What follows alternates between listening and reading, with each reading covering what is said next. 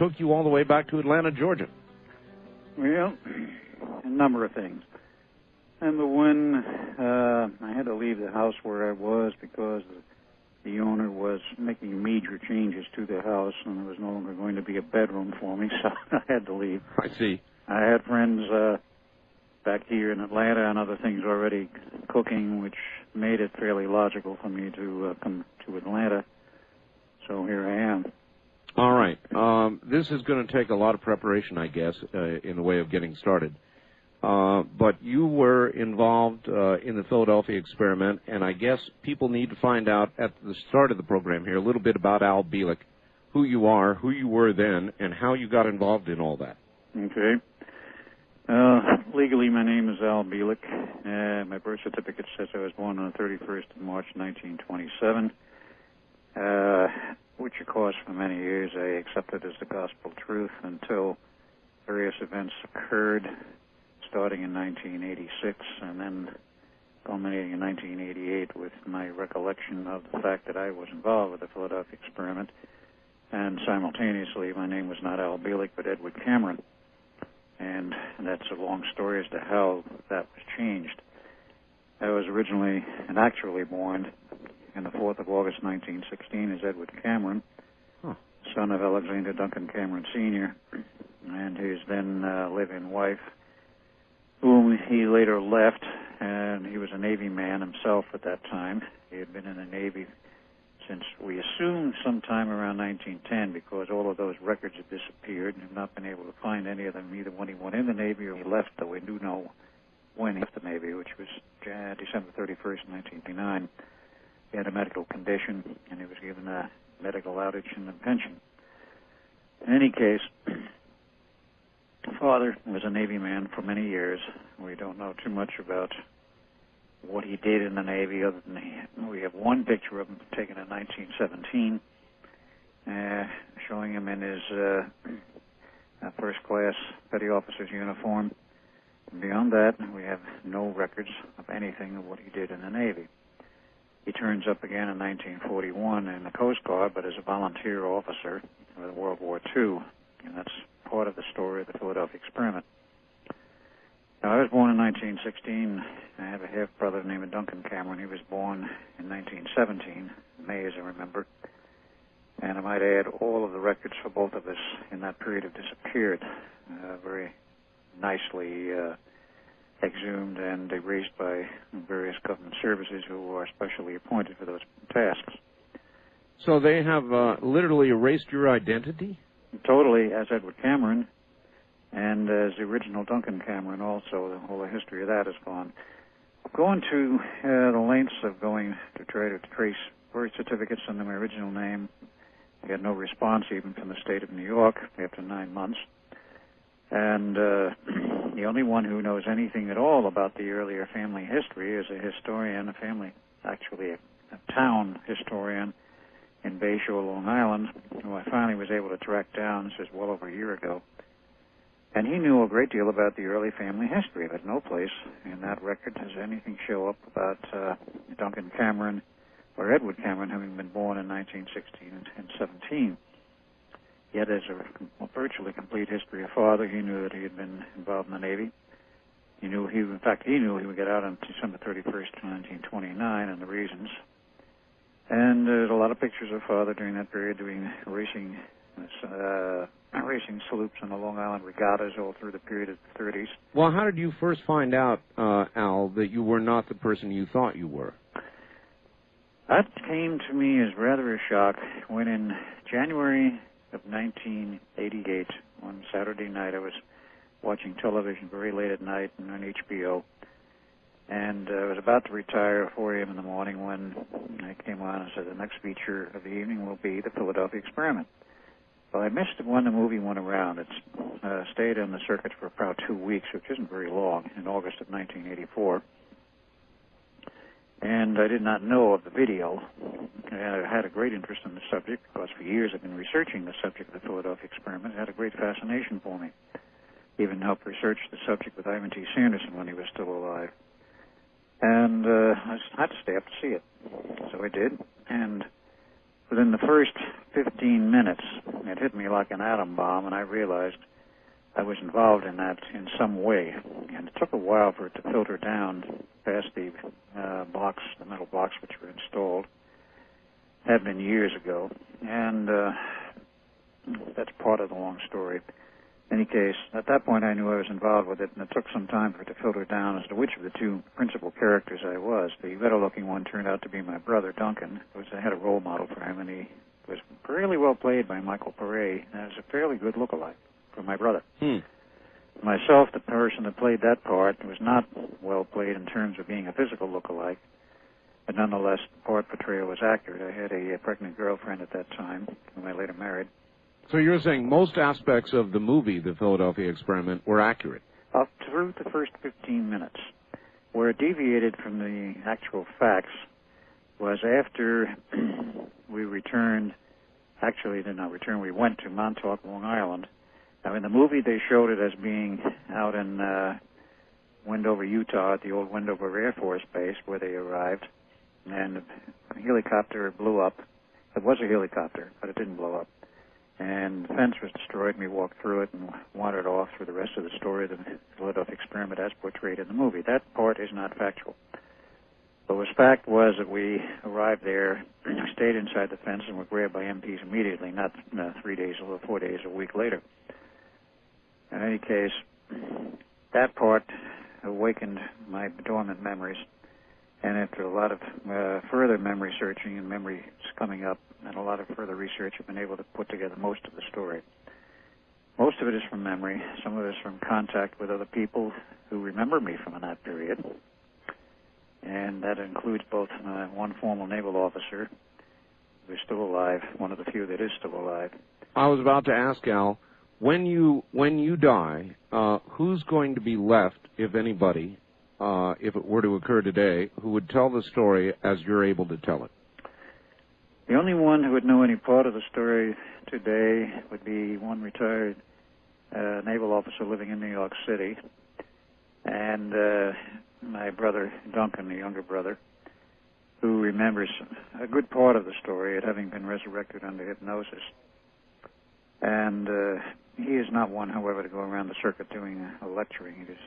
He prefers to be somewhat retiring and makes little effort not doing any lectures. He's been at one or two with me, but okay. What about the retired naval officer in New York? Has he been on the circuit talking about this at all?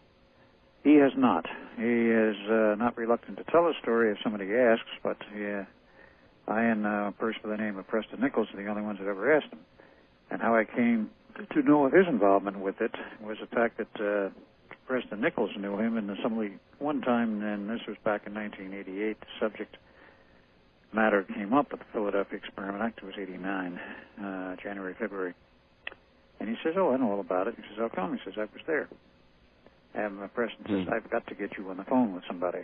So we arranged a conference call, and that was back in 1989, and he says, "I'm introducing you to this gentleman who says that he knows of the Philadelphia Experiment, so you talk with him, and so I'll remain on the line."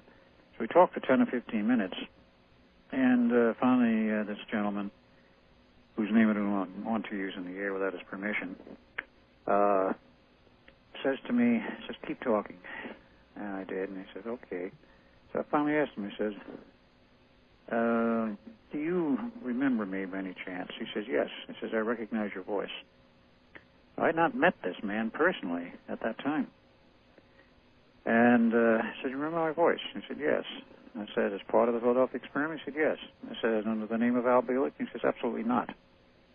"Well, what name do you remember me as?" And he says, "Well, you're asking me to go back 45 years of history." He did, and he came up with the name Edward Cameron. Oh, bang. So there you go. Yeah, this was on the phone without meeting me face-to-face, based on my voice only. So that was rather phenomenal in itself. And I've since met other people who were technically involved with the experiment in one phase or another who remember the whole thing. They knew I was there. They knew many aspects of it in terms of the technical expertise required to produce the equipment for the experiment and what was theoretically behind it. Two of the people involved One was on staff at the Institute of Advanced Study and since died.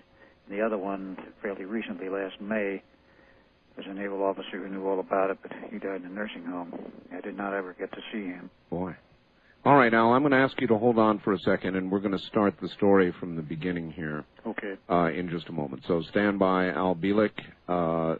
We are speaking with Al Bielek, who sounds as though he may be the last of those to tell the story of the Philadelphia experiment, a story you're about to hear. And now back all the way to Atlanta, Georgia, and Al Bielek. Hold on, let me move you once again, Al. Let me move you over here. Al Bielek, all the way from Atlanta. Al, are you still there? Yes, I'm here. Good. All right. Now, the Philadelphia experiment itself. You were in the Navy, and how in the world did you get involved in this, and what was it? Well, it's a very long story, and let's begin really at the beginning of this, technically. The Philadelphia experiment didn't begin with that name. It began as a research project entitled Project Invisibility, and was a private research project being undertaken initially by Nikola Tesla, Dr. John Hutchinson, who was then dean of the University of Chicago, and a staff physicist, Dr. Emil Kurtenauer, and this was in the year 1931. And the long history of Tesla, of course, is a very long story to tell in itself. But briefly, he had been involved, of course, in many years of research himself, and his history is available from other sources. He had this idea, and these three came together in Chicago, the idea, how do you make an object invisible? There's been a lot of popular press representation of that idea at that time, making objects invisible. But for whatever reason, these three men came together with a paper study, in essence. How can you do it? Well, they didn't achieve much of anything at that time, and in 1934, the project, even though it had been funded at the beginning with some naval research money from the Office of Naval Engineering, as it was then called, changed its name to the Office of Naval Research in 1946. By the way, Al, is there any documentation of that from the Navy, or is that still secret? They still classify it as secret. There's no information available from the Navy. They deny to this day that the project ever happened. But they were trying. They were researching it and spending money on it. Yes. Now, in 1933, one of the things that happened, of course, was Franklin Delano Roosevelt was elected 32nd President of the United States. And he already knew Tesla from 1917 because in the period of World War I, when we became involved, he was Undersecretary of the Navy, that is, Roosevelt. And he invited Tesla to Washington and asked him if he would do some work for the Navy Department of the government to advance the progress of the war, and Tesla readily agreed.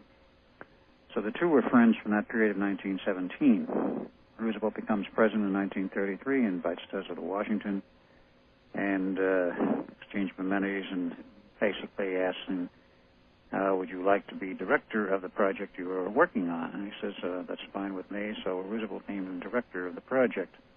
In 1934, it was transferred out of Chicago to the Institute of Advanced Study in Princeton, New Jersey, which was rather newly formed. It had been brought together and became active in 1933 with four initial staff members. And those four initial members were Albert Einstein, Dr. John von Neumann, Dr. Alexander Veblen, Dr. Alexander, and Dr. Oswald Veblen. They were the four original staff members. Many more came later. Wow. In those days, the Institute was the premier think tank of the world, and they did a lot of very, very original research.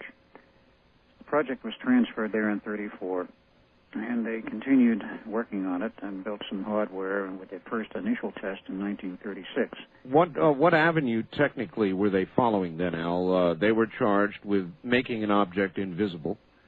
The avenues that they were following technically was we're looking at the whole structure, the matrix of space-time, and can you manipulate an object in terms of its time location or its time phase in our reality to the point where it fades from sight? That was the basic approach. And literally then goes to another time or dimension or whatever? Not totally. They say it could go, with the right hardware, it could go to another time, which would be time travel. They didn't want time travel. They wanted invisibility, which required, you might say, a phasing out of the visible region reality while it's still physically it was here. So then the object actually did not leave this time. It No. just began the transition that would be time travel if you continued. Correct. That was the approach at that time. And the mathematics that supported it were very involved. It involved earlier work that had been done by many people. I won't go into the history of it, but one of the principals that set up the math was a Dr. David Hilbert from Germany, who was famous for his multiple space, multiple reality mathematics. And Dr. John von Neumann, who himself was a premier mathematician. In many respects, I think he was ahead of Einstein because he could build hardware. Einstein didn't know a transistor or a tube from a screwdriver. He was an excellent theoretician, but he knew nothing of practical matters in terms of designing equipment. Yeah, not hands-on. Right. Neumann was hands-on, which was a rare thing for a mathematician. He had a Ph.D. in math from 1926 in Europe and came to the U.S. in 1930, taught at Princeton for 3 years as an adjunct professor in the graduate school, and then was invited to join the staff in 1933 along with the other three I named. Einstein, just as a curiosity, also left Germany in 1930, but he did not go directly to the Institute. He went actually to Caltech and taught there for a number of years, 3 years, and was in Pasadena, California. And it's a long story how he got out of Germany. He was smuggled out by friends. The National Socialist Party did not want him to leave. They considered him a national asset. But after 3 years in the West Coast, he was invited to join the Institute in 1933, and he did. He was there till his death in 1955. So you had some of the best minds in the world at that time working on the project. That is correct. And the Institute was renowned then for being a think tank. It is no longer. It is, we won't go into what it does now. It's still there. It still exists. But it is not doing the same kind of work. It did many research projects at that time, privately funded. And the invisibility study was supported by Navy grants and research money, but it was a private research project and was not classified at that time. In 1936, they had their first hardware test. It was partly successful, which enough indication that they were getting results to continue their research in that direction. And they continued with this until 1940 when they had a fully successful test at the Brooklyn Navy Yard with a small tender. Well, I assume before they tested on a ship that they were testing on smaller objects in a lab environment. Isn't that correct? That was correct. And they were starting to get results. They built an equipment sufficiently large to attempt to make a ship, a tender, approximately 250 tons invisible. Wow. They put the critical equipment on board the deck of that ship, and they had other heavy equipment, which is on two other ships adjacent, one starboard, one port. No one was on board the test vehicle, and they ran the equipment that was on board that ship on long cables because they didn't really know for sure what would happen. All right, Al, again, I've got to ask you to pause, and I'll reset you right after this break, all right? Fine. Taking you back a little bit, they were, before we get to the ships, they were experimenting on smaller objects. Can you give me any technical details on how they were, what process they were using, and how far they actually got in the lab? Well, I can't tell you much about how far they got in the lab because I was not part of the project until 1940, actually January 1940, along with my brother, before the Brooklyn Navy Yard test.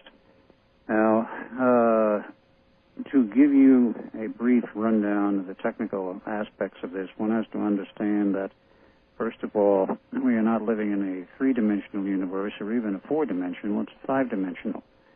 The man who first technically explored this possibility was a man by the name of P.D. Ouspensky, a Russian mathematician who wrote a book in 1931 entitled Tertium Organum, which in English is a new model of the universe. And he described in there the fact that we are in a five-dimensional universe structure. Fourth dimension, of course, has been well defined as time, but it took Einstein with the unified field theory and others examining this to understand that the fifth dimension is also time, but it is the next up vector, if you will, the next higher order, called T2 in mathematical notation, which is the vector which controls T1, or the flow rate of time as we measure it with a clock. And T2 describes, speaking again mathematically, a helix, a corkscrew through time, if you will. The forward motion is the rate which we measure as time in the T1 mode, or the clock, if you will. But by manipulating the corkscrew, the rate at which that second vector at right angles to the first one of time moves, you control the rate of flow of time. Well, Al, I've got to stop you because I think I can understand the flow of time, or what you're calling T1, yes, or what we see go by on the clock every day. right. That I can understand, laid out like a long carpet running endlessly into our future. That I understand. The second T2 effect on T1 I don't yet understand. Okay, well, let me give you another analogy, a model. You've seen, I'm sure, these kids' toys, the long coiled spring where you hold at one end and you can jog it at one end, and you see this motion, this wave through the coil as it goes to the other end and bounces back. You're talking about a slinky. Yeah. Yeah, It's sure. a coil. Well, if you take this thing and close it in a loop like a donut, which is what Einstein said, we are living in a closed universe, everything is in a circle, including time, then you have a little bit of an idea of what we were dealing with. It's like a sleazy, except what we were doing, or attempting to do, and eventually did succeed in doing, was to enter this thing at some point along the edge of what we call our reality and create an artificial field which would affect within that field only the flow rate of time. By affecting T2, you affect T1, and you can then affect the position where that object, in this case a ship, was on the edge of the coil of time, as we call it. I'm speaking mathematically, of course. All right, I think I've almost got this. Okay. Now, what they were doing was, by very complex fields, affecting the time flow rate, and if you start to move the object around the edge, it starts to go out of our reality into the next one. You have to also understand that there are multiple realities involved in our universe, and they're all interrelated, but they're interrelated by being phased out of our reference, phased out in time by at least 90 degrees into another reality. All right. Al, would that be, again, staying with the analogy of the slinky, then, would that be, instead of traveling along the surface of the slinky and going around and around and around and around, it is as though you're jumping from one link to the other link directly without traveling the entire path? Is that? That is correct. All right. Now, that you can again look at that in terms of another analogy, quantum physics, which in the modern analysis using quanta, is not only have quanta of energy and quanta of matter, you have quanta of time according to that theory. And it is in a discrete little jump, as it were, which fits quite well the sleazy model. What we were attempting to do, and did eventually do, was to take an object, create a field around it, and move it in relation to the reality which we normally exist in, move it part way out. And if you get far enough along that edge, the sleazy, so to speak, what happens is the electromagnetic energy, called light, and also radio waves, particularly the higher frequencies that we use for radar, no longer are reflected by the object. And if they pass straight through it or around it, you can do it either way. There's no energy reflected. The object is invisible because it requires a return of some kind of energy so that you know that the object is there. But not invisible necessarily at that point to the eye? Yes, invisible to the eye also. Oh, okay, so gone. Gone so far as you can see. And that was what they did in 1940 at the Brooklyn Navy Yard. They made the object invisible to eye, to a camera, and also at that time it would have been invisible to radar, but radar was not of a major development yet in 1940, even though the Navy had been working on radar systems in 1938 and had some on board ship, experimental. By 1943, of course, radar was well developed. We had excellent radar. The Germans did, the Russians did, right, and so forth. All right. Again, what I want to understand is technically how this is done. In other words, Okay. what actual process do you use on an object? All right. The basic theory which was developed at that time, partly in accordance with Einstein's unified field theory, which does exist and is alive and well, and is never in the status of being incomplete. It was stated that way to the public and was completed about 1938 and given to the government, and we had access to it at the Institute. All of that says, to make it simple, or try to make it simple, is that all of the elements of our universe, the energies which we normally consider the electric field, the magnetic field, the gravitic field, if you will, which it is a field, are all interrelated in such a manner that you have a fourth element which is also locked into them, and that is time. If you manipulate any three of those, you can affect the fourth. In this case, the one we wanted to affect was time. Right. So if you know how to interact between the electric field, the magnetic field, and the gravitic field, you can affect time. And that, of course, refers to a limited area in which you can affect those three fields. Through what means? Basically, electromagnetic manipulations. In terms also of certain mathematical constants which relate to the Earth's constants, and one of the main constants here on Earth which is used to generate and to predict window frequencies for certain phenomena is the mathematical function of pi over 2. That is one of the keys, 1/2 pi, if you will. Multiples thereof. I won't go into that as a long mathematical dissertation, but basically any frequency involved which is pi over 2 is active in a special sense. What they were doing was generating an electric field through means of a radio transmitter, which generates an enormous electric field from an antenna, depending on the power level. Well, an RF field, do you know at what Yes, an RF field, basically. Do you know electric component. Yeah, okay, Al, at what frequency was this radio frequency? Radio frequency was operating basically at 160 megahertz, but it was modulated. The earliest system developed by Tesla for the first test was what they call an analog system, fully on but modulated with special frequencies.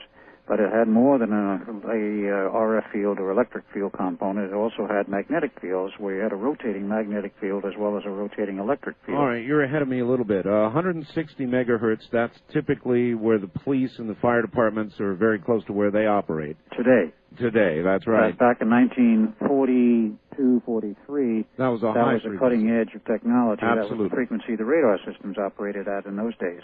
All right. I think that's right. As a matter of fact, it's right. And then they moved up into the 400 megahertz. That's right, after the war. All right. So you've got radio frequency at 160 megahertz. Do you know what mode of transmission it was? AM, FM, pulse? There was an AM in the first system, pulsed in the second system developed by John von Neumann. I'll have to go into the history of that, how that came about. But in any case, we were using AM with 4 levels of modulation. And it was a quadriphase transmission system, i.e. there were 4 antennas designed so that they would produce a rotating field with 4 lobes. And they rotated counterclockwise, and there was a special modulation on it. And that, in the initial system, was 4 transmitters at 500 kW each. 500 kW? Correct. 500,000 watts? That's right. Wow. That is not for the initial test in 1940, but for what was designed for the Eldridge. That's a lot of power. That's a lot of power. And you had 4 coils on the deck of the ship, which were specially designed Tesla coils, designed by Tesla, primary only, which was a conical shape. It was narrow at the top and much broader at the base. It was hollow copper tubing, water-cooled, as about 1.5 inches in diameter, and it was pumped from both, direct connected to the generators, which were below deck. There were 2 major generators, 75 kVA each, and there were 4 outputs, 2 from each generator. They had to be very carefully phased also to produce a rotating magnetic field within the electric field. All right, so these were producing the magnetic element. That is correct. 4 of them. Correct. Now, the 2 of those interacting together at a certain rate and ratio will affect the gravitic field, particularly if you have enough power, and that's one of the reasons they wanted enough power for this. The mathematics of this are still buried and classified, and I do not, at this point, recall what the math was, because certain other things happened to me, which I will go into as I develop the story. But that was basically the system that we were using. It affected the gravitic field, and the 3 of them would produce essentially a rotating field, which was looking, if you wanted to take a plane view of it, look down on it, looked like a donut. And the ship was in the hole, if you will. I understand. I guess what I want to understand now is, so you've got 4 devices creating a magnetic field. Right. And you've got 4 antennae creating an RF field at 160 megahertz, and all of this somehow interacting. Were the magnetic fields also in rotation, or were they constant? No, they were rotating also. One inside the other at a different rate of speed. Actually, one was rotating at twice the speed of the other, but both rotating counterclockwise. Wow. All right, RF, you've got the magnetic element. Was there anything else, or was it just those two elements together? It was those two elements together. There was nothing else directly involved other than the fact, of course, the fields being generated had the lower half truncated by the seawater, because seawater is a most excellent absorber of both RF energy and magnetic energy. Magnetic fields do not propagate well through seawater. They do, but they're attenuated rather rapidly. Huh. In any case, that was the basic idea. I'll not attempt to go into any mathematics on this. Do you know offhand how much power was directed toward the magnetic fields? We know in the case of the RF it was 500 kilowatts per. It was about 150 kVA total. All right. They were looking at each coil, you were looking at about 37.5 kilowatts kVA, round figure. Okay. You can't say kilowatts because that refers to DC. kVA is AC with what the phase angles or power factor may be involved. All right. At this point, Tesla was involved in the experiment, correct? That is correct. He was the first director, and he remained a director through this period of time. Now, let me go into my history, how I became involved, as well as my brother. Okay. I was born, as I said, in August 1916. My brother in May of 1917. Father was a Navy man, of course, and the family had a lot of money. Earlier on, they had married into the Arnold Constable family. Our Auntie Arnold, as we called her, originally a Cameron, had married into that family at a much earlier age. And Father was a result of one of those. I can't go into the whole lineage. And in the period prior to World War I, he, as a Navy man, had 2 live-in women. His first 2 wives, but they were common law. One was born by one and Duncan by the other. And when 1917 came along and we became involved in the war, the Navy tapped him on the shoulder and said, "You're going to sea now," and he abandoned those 2 wives. So we were raised by Auntie Arnold in the big house in Long Island, which is at West Islip. And finished our common school education, if you will. Father encouraged us. We saw him about once a year to get a good education, and there was no lack of money, so we went to college. I went initially to Princeton, took a bachelor's degree there, and was in a master's. I met Dr. John von Neumann, who was on campus, and he took considerable interest in me and suggested that, if you're going to get a PhD, I'll encourage it most thoroughly, but I think you would do better to go to Harvard. It's a better school, and so forth. So I went to Harvard for my doctoral work. And Duncan, in the meantime, for whatever reason, went to the University of Edinburgh, at Edinburgh, Scotland. We both took our PhDs in the summer of 1939. And, of course, Father congratulated us. He was long since out of the Navy. And he arranged for us to enlist in the Navy and follow in Father's footsteps. So in September 1939, we both enlisted in the Navy in Church Street, New York. Went through a special 90-day training school for officers because we were given commissions of Lieutenant JG upon enlistment. And this 90-day wonder school, there were all kinds of names have been appended to these particular schools, or special schools for those to go to special assignments. Yes. We didn't know where we were going to go or what was going to happen until after it had been completed, the work there had been completed, we were assigned to the Institute of Advanced Study in January 1940.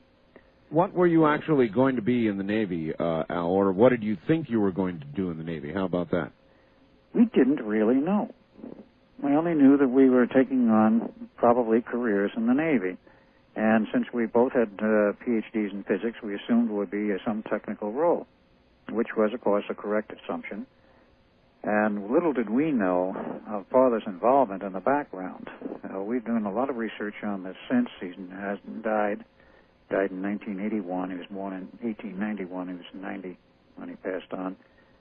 Father, after he left the Navy in 1929, was in some manner, somehow, still involved with the military, with intelligence, with espionage and many things. We have yet to uncover the whole history, but we know that he was involved in smuggling Nazi Jewish science, ex-Nazi or Jewish scientists out from under the noses of the Germans in Germany from 1933 until 1942. We've been able to determine about 9 were brought over through the auspices of the company store, if you will, and I don't mean a 3-letter company, but Arnold Constable. And through the company store, a long story in itself. And they stayed in Long Island undercover. When the war was over, they all went to work on special projects at Brookhaven National Laboratories, which is another story that comes after the Philadelphia experiment. Well, was involved in a lot of things. We have yet to track it all down. But he was knowledgeable as to what was coming up, and he arranged for us to join the Navy, and apparently for us to become assigned to the Philadelphia experiment. We don't know that as a fact, but it appears that way. All right. We joined the Institute in 1940, and we were brash young guys, thought we knew all about physics. Then we find out when we go to the Institute, where they're working on the cutting edge of projects which we've never heard of in school, and mathematics we've never heard of, on von Neumann's special mathematics and other things, including unified field theory, we suddenly found out we didn't really know much of anything. And we were brought up to speed. And this was prior to the Brooklyn Navy Yard test. We found out what they were doing and what they were attempting to do, and von Neumann himself instructed us. We met, of course, occasionally Tesla, who was working on other projects in his own labs and was there part-time at the Institute. In any case, came the test in 1940 at the Brooklyn Navy Yard, fully successful. The Navy classifies the project, calls it Project Rainbow. We all had to get clearances.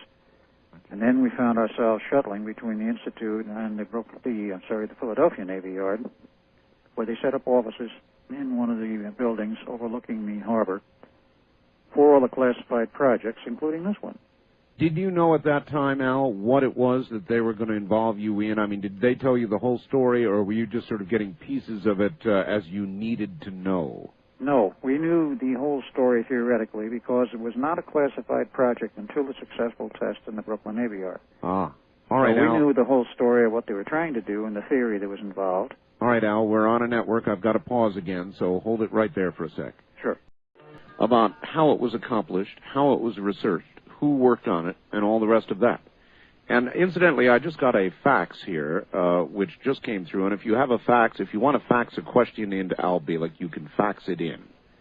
But here's what I got already. Art, please mention how to get audio tapes of this program early.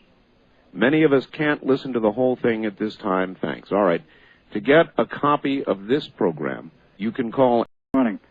Yes, I have a cup of coffee. Well, good. I'm glad to know that you're okay. It's a little after 4 o'clock in the morning in Atlanta. That's right. All right. Well, thanks for joining us at this weird hour. That was really nice of you. All right, we're up to the point of actually telling what happened, I guess. So, right. What did happen? Okay. With the test of the Brooklyn Navy Yard with a tender, and I might point out that was very important, no personnel were on board that ship during the test. It was fully successful. It became invisible. And at that point, the Navy said, we have a successful test. They took over the project, classified it, called it Project Rainbow. And, of course, all personnel connected with the project, including Duncan, my brother, and myself, had to have clearances, which was no problem. And they had special offices in the Philadelphia Navy Yard for the classified project, so we shuttled back and forth. Did you witness, were you a witness to the first one, Al? As I recall now, no. I was not a witness to that. Now, what happened at that point, of course, was went up and down the line, and eventually President Roosevelt heard about it. He was elated, and he says to Mr. Tesla, says, Nicola, says, I'm giving you now a real ship to make invisible. I'm loaning you a battleship. He says, if you can make that invisible, you can make anything invisible. All right, there's where I'm going to stop you, Al. I've got a couple things to do. Rest for a moment. We'll be right back to you. All right, I believe that we are back again. Good morning, everybody. We're sorry for the interruption. We had some telephone line snags, and we had to quickly scramble and reestablish everything. We're speaking with Al Bielek of the Philadelphia Experiment, and we're going back to Al now in Atlanta, Georgia. Al, I'm sorry for the interruption. Those things happen. Yeah. At any rate, let's back up a little bit. We're going to have to do that since we lost a few moments and pick up. Right. We're at a critical point. Right. As I said, we returned to the Institute in January of 1942 to find preparations well underway for the test for the battleship, and they were nearly complete, but Tesla was having serious misgivings about the problems of the extreme power required to make a ship of 30,000 tons invisible as compared with a small tender in which there would be personnel present. He was very concerned about the possible damage or injury or even death of personnel from the very high-powered electromagnetic fields. Now, as you had asked earlier, at that time, there was no information in the literature about what the neurological effects of certain levels of RF from magnetic fields would be. This was new territory. And, of course, today we have a lot of that information. There's a long history of tests. But it stems from the Philadelphia experiment as the beginning point. Well, he was concerned. He was very severely concerned, and he went to the Navy and asked for extension of time to solve the problem. He says, I'm sure I can solve it. I need more time. The Navy says, you have an assigned test date, March 42. Do what you have to do, but you must meet that date. He had a serious problem there, and he knew it, and he decided the two options he had to go ahead with the test or to cancel it, that he would sabotage the test deliberately by detuning the equipment so that when the switches were thrown on that fateful day, nothing happened other than a few pieces of equipment blew up. Some tubes blew out in the transmitters, and that was all. So he was in fear of what was about to happen to the degree that he actually sabotaged the test. He did. And, of course, he bowed out at that point and saying, the test is a failure, I have other things to do. We have a very good man here, you have a good man here who can take over these tests, Dr. John von Neumann. Well, of course, there's argument to this day, did he leave voluntarily or did the Navy fire him? Regardless, he left. And, of course, as history shows, he didn't live much longer after that. He died on January 7th, 1943, in his hotel room in New York, the New Yorker in New York City.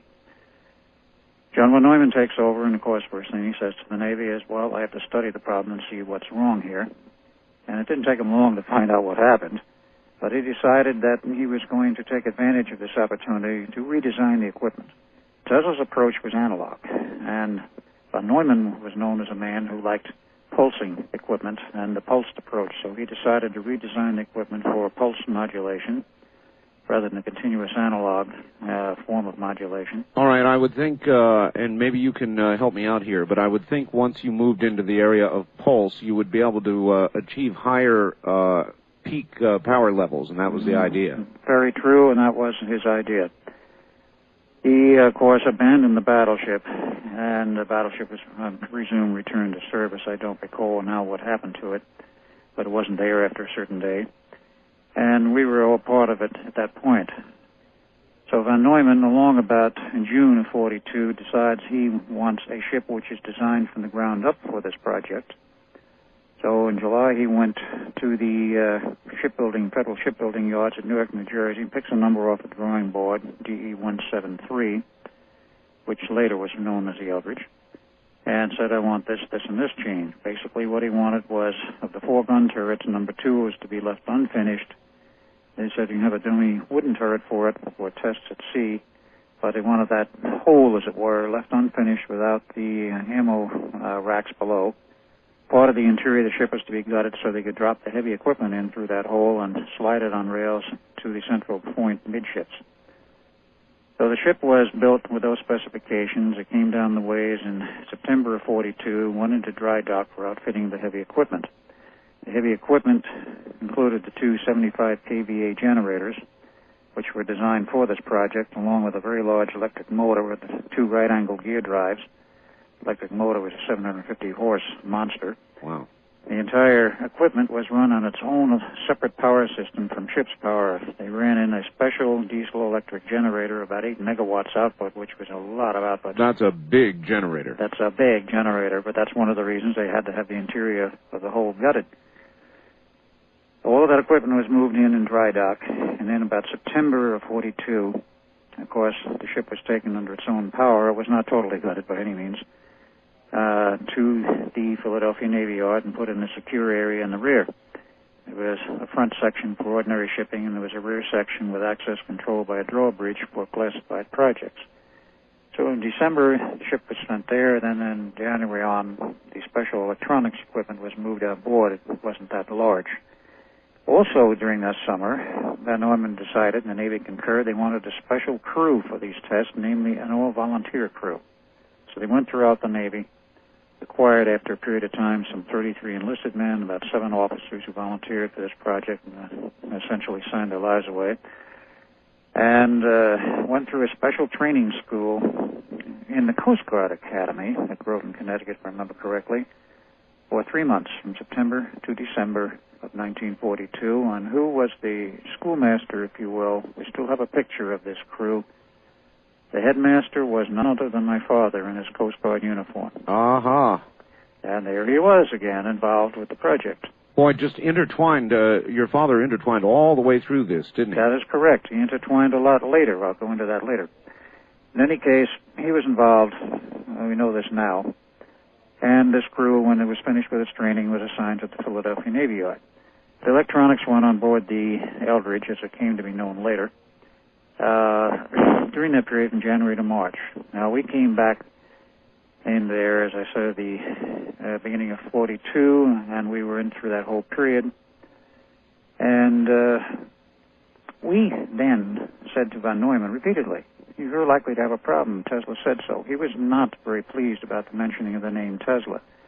I have to point something out. All of the personnel at the Institute had PhDs, with the sole exception of Nikola Tesla, who was not on staff. He was there as a consultant, you might say. Were the two of them competitive, Al? In a certain sense, that was true. Mm-hmm. They both highly respected each other's abilities, and Von Neumann never doubted the capability of Tesla. He had an impeccable reputation up to the point of the test failure in March 42. Were there professional jealousies? It was sort of a professional jealousy, because Tesla, you see, did not have a degree. He had an honorary PhD, but he did not have a real one. I see. But no one questioned his capability. No one at all. But it was a sort of professional thing. Here was a man head of the project who didn't have a PhD. So I can understand there might be some resentments there. All right, hold the story for a second. We'll be right back to you, Al. Okay. Al Bielek and the Philadelphia experiment is the subject this morning. Stay right where you are. Back now to Atlanta, Georgia. And Al, we've got about 3 minutes before the break at the bottom of the hour. Go ahead. Okay.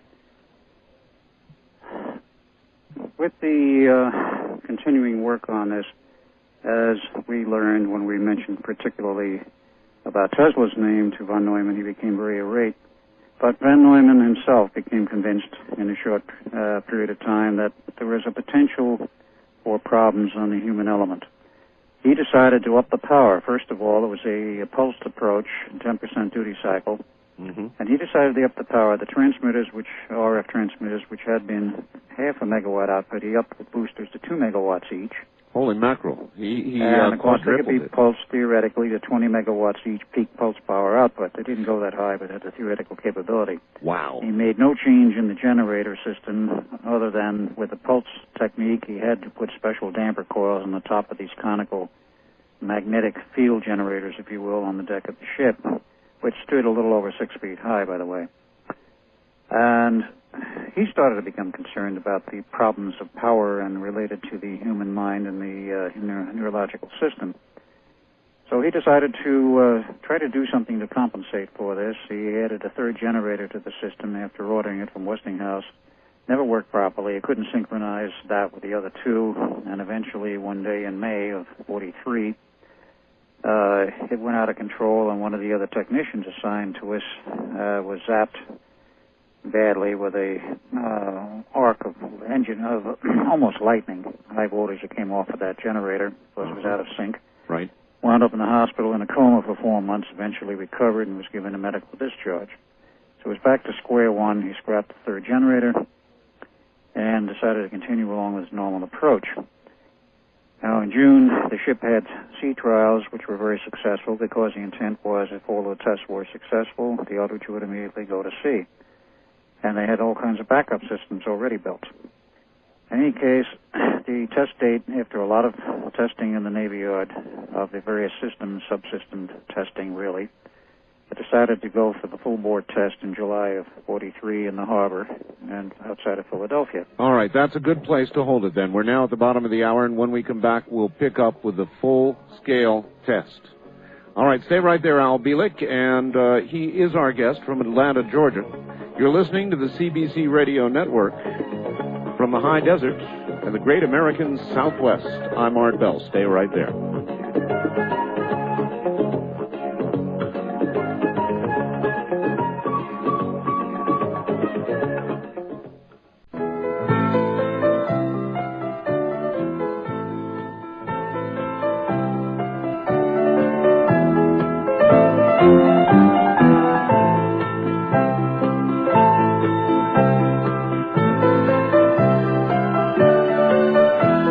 From the Kingdom of Nye, this is Coast to Coast AM with Art Bell on the CBC Radio Network. Good morning, now, everybody. once again, here's Art. Thank you. I'm so sorry to interrupt you, Ross. That's Ross Mitchell of KOH. My guest is Al Bielek from the Philadelphia Experiment. And just when we got to a critical moment on a discussion of the experiment, just as apparently he was saying, and then the battleship, we lost everything.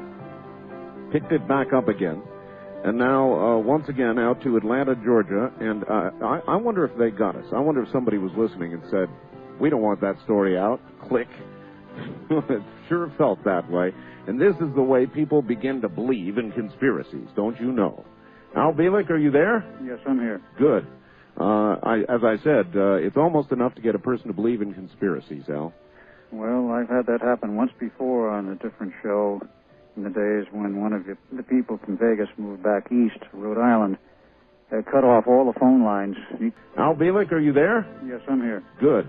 As I said, it's almost enough to get a person to believe in conspiracies, Al. Well, I've had that happen once before on a different show in the days when one of the people from Vegas moved back east to Rhode Island. They cut off all the phone lines. He couldn't call me, and I couldn't call him. Yeah, I actually, I'll tell you, Al, for a few moments there, I really did experience that. I couldn't get a line out. I couldn't get a line. The numbers I dialed were disconnected and put me back to a dial tone. It was really weird. Mm-hmm. So something happened. Anyway, back to it, if you would. Right. On July 22nd, we had our first field test in the harbor. The volunteer crew, actually, they only used a skeleton crew of about 15 enlisted men and some 8 officers, 2 of whom were Duncan and myself, who were trained to run the equipment for the test. The equipment was housed in a special, completely enclosed room on deck, which was part of the main structure of the ship. So we were on station. At about 900 hours, we were told to go ahead with the test by radio link, and there was a carrier with its observer ship with certain personnel on board, including Dr. von Neumann. So we fired up the equipment. See, there were no computers in those days. Everything had to be done by hand. And we knew what the procedure was, so we fired up the equipment, and the ship became invisible to sight as well as to radar. By 43, they had very good radar, and they were concerned about radar invisibility. Everything went very well. After about 20 minutes, the commander who was in charge of the test, Captain Harrison, who is now deceased, ordered the test discontinued. Okay, listen, I want to ask you a question about the test, Al. I, of course, was not there, and I just saw the movie, but I'm recalling that in the movie, the ship did not disappear right away. It kind of wavered and quavered and shimmered almost. And is that the way it was in reality? Partially correct. However, in the first test, the ship disappeared from sight as well as from radar, but it was surrounded with a mist, and it was a sort of greenish fog. And why the color green, we don't really know, except that one of the byproducts of this test was a generation of large amounts of ozone gas. Right. The ship, however, was still there in the harbor, but what they found in the process of the observation was that the water line, which would show where the ship should be, was much larger than the ship, and there was an apparent hole in the bay, much larger than the ship itself, and they couldn't see the bottom of it through binoculars from the observing personnel on the carrier. A hole in the bay? Yeah. In other words, a very large water line with nothing there. Wow. And Captain Harrison was very concerned about this. He said that he knew the ship was gutted in the interior and there wasn't everything there in the normal internal structure, and he was afraid that the ship might be supported on air rather than on water, and it would break in half. He knew that if that were the case. So we ordered the ship's test discontinued. We turned off the power and returned under our normal power back to dockside. At that point, we found out that those personnel who were on deck were very severely disoriented, nauseous, ill, as the saying goes, out of it, and definitely not well, showing the effects of exposure to very high-powered electromagnetic radiation. All right, these were the personnel on deck, but not necessarily those who were inside. That is correct. Those below deck were not affected. Duncan and I, being behind steel, were not affected. Steel is an excellent shield against both magnetic fields as well as RF. Right. Well, so where were you exactly when the first test occurred? We were in the control room, which was midships, and we ran all the equipment right from that point. So you were actually operating the equipment that did this? That is correct. That was our job and our task, Duncan and myself. It took two people to operate the equipment properly. And we just continued the test on orders, went back to the Navy Yard. They found out they had very sick personnel. Then Neumann was quite concerned about this. The Navy says, not to worry, we have another crew for you. And von Neumann then went to the Navy and says, I have to look at this and study this and try to solve this problem. The Navy gave no response for a few days, and von Neumann asked for an extension in time, rather an indefinite one. The Navy finally came up with an answer and says, you will complete the test by the 12th of August, 1943, or forget it. It was a drop-dead test date. Like, do it by then or just forget the whole damn thing. Well, nobody understood this, and I knew Hal Bowen fairly well at that point, and I went to him and said, what is this all about? And he says, well, that's the orders I received. And he says, where did they come from, and what's this all about? And, well, he tracked it down, found out that it came from the Chief of Naval Operations himself, who was then Admiral King, and he was told that this is the way it is. Now, Admiral King, as CNO, is not concerned other than an cursory way of engineering tests. He is concerned with the operation of the war and the Navy's part in that and all theaters of operation. He is not a man who is going to take detailed interest in an engineering test. So we didn't understand this. It took a long time to find out what was really involved. In fact, it took many decades. In any case, we had the 12th of August drop-dead date, and the Navy says, you don't have to worry about invisibility for the eye, optical invisibility. All we are really concerned about is radar invisibility. Well, that meant a slight decrease in the stringency of the requirements, and on the 12th of August... Al, how much less power did it take to produce radar invisibility versus real invisibility? It was not so much a matter of power as a matter of scientific approach and how much of a phase shift in terms of the time vector was required. I've got you. So in other words, the power levels were roughly consistent, just the phases were changed. Right. What we did was shift phase around the coil, as I called it, of time to a slightly lesser degree of shift, which would still provide radar invisibility. And what we did is you shift to that point, and then you locked at that point. That was the theory. Were the biological effects less with that shift? No, as we found out. On the 12th of August, we were about to proceed with the rest of the tests, and what Captain Harrison had insisted upon was to have hydrostatic tests of the hull stress by means of special sensors installed on the hull inside and outside. The submarine was assigned to go under the ship and see what was going on, and a secondary crew was put on board that ship for these tests.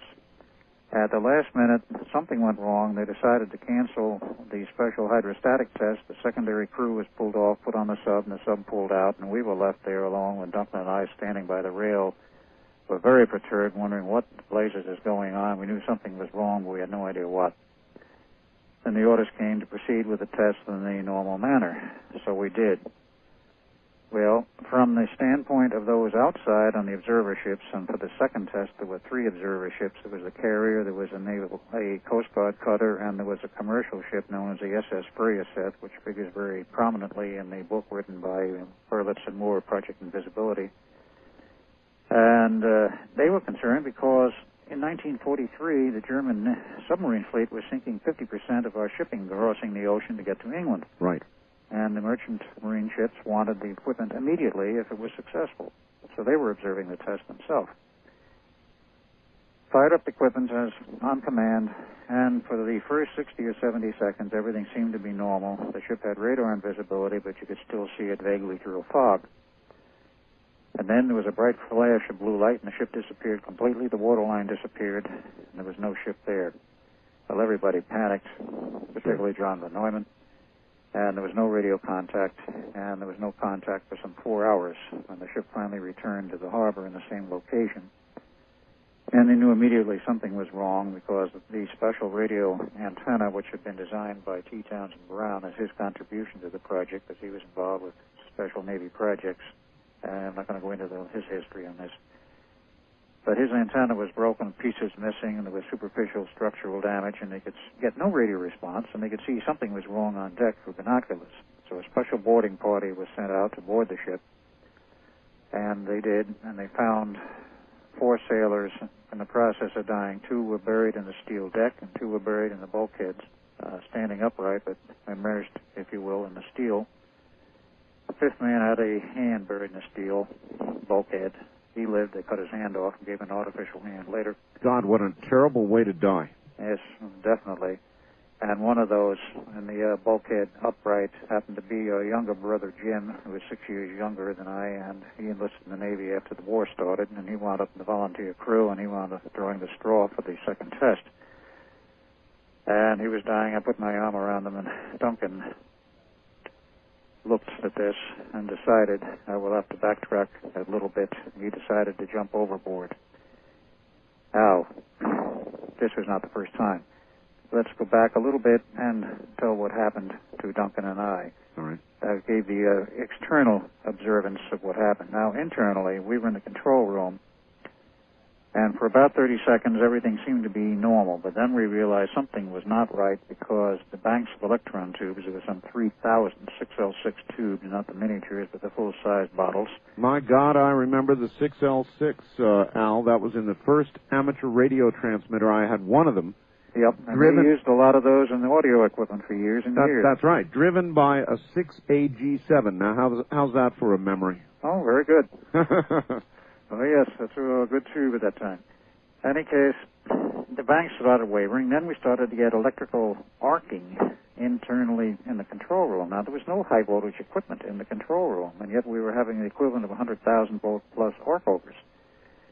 And it got worse, so we couldn't raise no one on the radio. It seemed to be working, but there was no response. We then had a transmitter linked directly to the transmitter as well as a receiver in the control room, unlike the first test.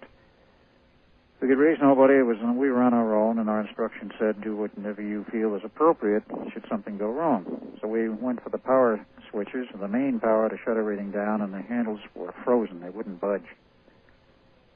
So at that point, with everything getting worse in the control room, we decided to get out of the control room, went out on deck. There was no one buried in the steel at that point, but everyone was running around. There was a mist on deck, and you couldn't see anything beyond the rail. We both got the bright idea at the same time, jump overboard and swim ashore. So we did jump overboard. I can understand that. But we never hit the water. We fell and fell and fell like we were falling through a tunnel for what subjectively seemed like about a minute. And then we found ourselves landing on dry ground at night in what was obviously a military base of some kind because it was a chain-link fence of a military design directly to our rear. Suddenly there was a bright light overhead, a searchlight beaming down, as we found out later from a helicopter, but in 43, who knew much about helicopters? They were experimental at that point. And suddenly out of nowhere comes a number of MPs. They grab us and they take us to a building on this base. We go inside, and we go in an elevator. We go down several levels, and the door opens. And we see a lot of military personnel running around, and then an elderly civilian with white hair approaches us and says, "Gentlemen, I've been waiting for you. I'm Dr. John von Neumann." At which point we look at him and says, "You're who?" And he says, "I'm Dr. John von Neumann." John von Neumann. I said, "It couldn't be. We left him perhaps an hour ago. He's a much younger man." He says, "Yes, I know." He says, "I am the same man you knew in 1943. This is not 1943, this is now the year 1983 here at Montauk, Long Island, part of the Phoenix Project, or as we call it now, the Montauk Project." Well, we couldn't believe him. We thought he was bonkers. Of course. But nevertheless, he gave us a cook's tour of the underground, and we see computers, graphic displays, large-screen color TV, and things which did not exist in 1943. So he was expecting you. He was definitely expecting us. So we stayed there about 12 hours, and after watching TV for several hours and seeing ads for flight to Hawaii in our 747 jet, we would sit there with our mouths agape. Yeah. And look at shots of the freeway traffics and freeways and man on the moon and references and the Cold War. We suddenly realized something was terribly wrong, or maybe the man is right. We were there about 12 hours, and von Neumann sprung it on us, told us what had happened. He said, this project in 1983, the Phoenix project, has locked up through time with the experiment with the Eldridge in 43. And I said, the ship disappeared and is in hyperspace. We can't control that ship from here, but the generators have to be shut off. He says, we have created a bubble in hyperspace which is growing, and we don't know how big it will grow or what will happen if it isn't stopped. All right, there's where I'm going to stop you, Al. I've got a couple things to do. Rest for a moment. We'll be right back to you. Okay. And there is Al Bielek in the future in 1983, and that's exactly where we'll pick it up in a moment.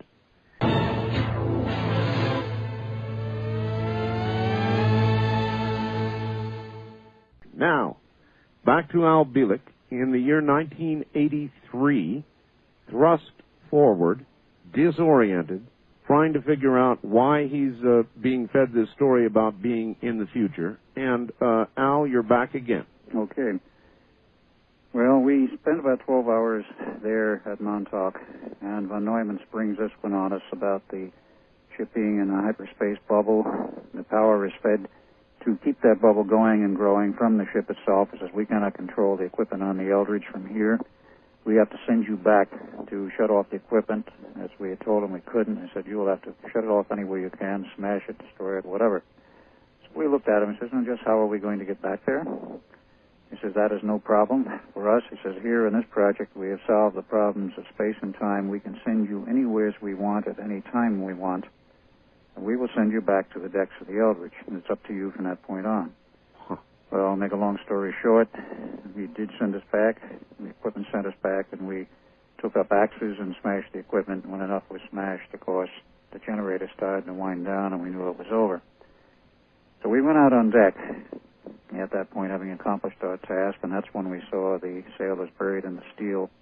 There was still a haze, and it took about 2 minutes, approximately, for the fields to collapse. The ship did return to the harbor at the same point. Before it did, however, the episode I referred to earlier, Duncan looking at me and like, aren't I going to go with him? He jumped overboard and he disappeared.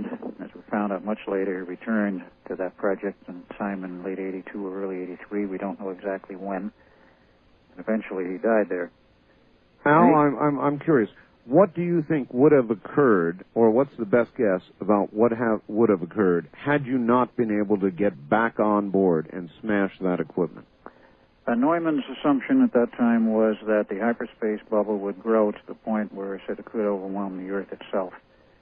And they were concerned, theoretically, of course, whether it was a practicality or not. And they said there's enough fuel in the generator supply to keep those equipments running for 30 days if they didn't break down first.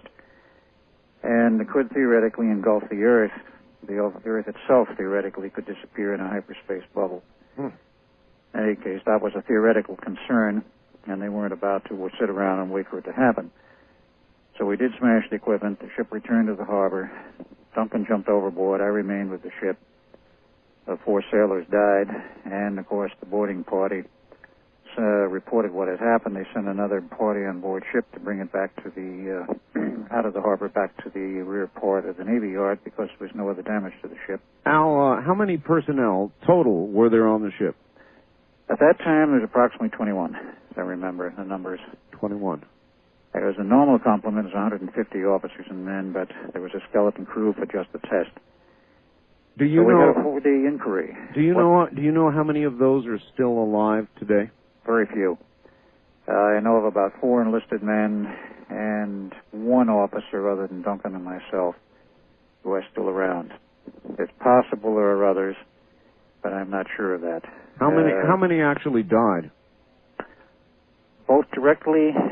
At that time, there were 4 who died. There were 2 others who jumped overboard besides Duncan and myself, and they disintegrated immediately. It raises a good issue. Why did we survive and the others didn't? And others who disappeared, and some of those on the surface of the ship went in the funny farm because they were totally insane. How do you know that they disappeared or disintegrated, rather? Why the stories were they were seen to disappear, and of course there was a shortage of the complement. When they did a nose count, so to speak, later, there were several missing.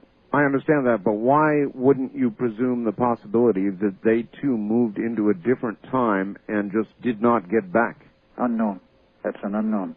We can assume anything you want. So it's definitely possible. Definitely. Yeah, the reason I say that is because that's what occurred to you, so one could reasonably presume that occurred to them. They simply may not have gone to the same controlled experiment with a return that you did, so they may have lived out their lives in some other time. That is very possible. It is definitely an unknown, but as almost anything can be assumed possible. In any case, we had a 4-day board of inquiry. What went wrong? I gave my report, which included the trip to the future. Nobody believed me, including Dr. von Neumann. And after all of this, the Navy said, well, let's try one more test. We have a lot of spares and equipment. Rip out the damaged equipment and have the ship ready for another test. And this was done in the harbor, the outer harbor of Philadelphia, in October of 43. And they decided to do the 1940 routine, put the ship on station and remove all personnel and control the equipment by remote cable, 1,000 feet of it. All right. Hold it right there. We're at the top of the hour. You've got 5 minutes to rest, and we'll come back and get the final experiment. Okay. All right. What a story, huh? This is Al Bielek you're listening to. He's with us from Atlanta, Georgia. Al Bielek was part of the Philadelphia experiment. Back on over here. There, I think we've got you now. Hello, yes. Al. Okay. Good. All right, so we're coming up now to the final experiment. But just before we get to that, I've already got a fax question here for you.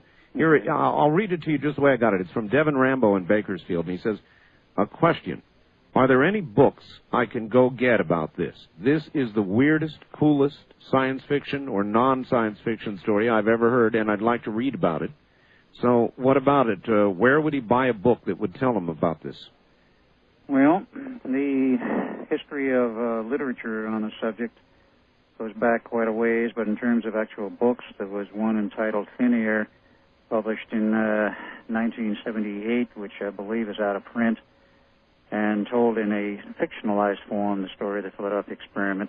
The one done by 1979 by Berlitz and Moore, entitled The Philadelphia Experiment, Project Invisibility, is well known and has been available as a paperback for many years. It's still available.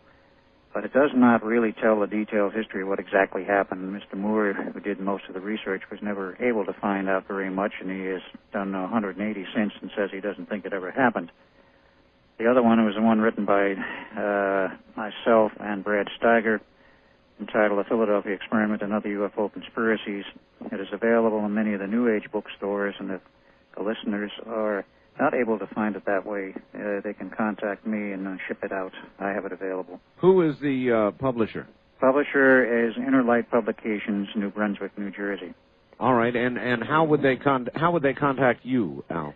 They would have to contact me through my post office box here in the Atlanta area. It's actually in Marietta. And I'll have to get that number out. And all right, why don't you do that during one of the next breaks? Will do. All right, now, here we come, the final experiment you were going to tell us about. Right. So in late October, late at night, they decided it was set to put the ship on station, pull all the personnel off, and control the equipment by remote control through over 1,000 feet of cable. And again, the ship disappeared, came back some 15 or 20 minutes later, and the equipment that's related to the invisibility test was a smoking ruin. So at which point the Navy washed their hands of everything connected with these tests and says re-equip their ship for war duty. And it was so re-equipped, and from approximately January of 1944 on, it was in the normal operations of the war.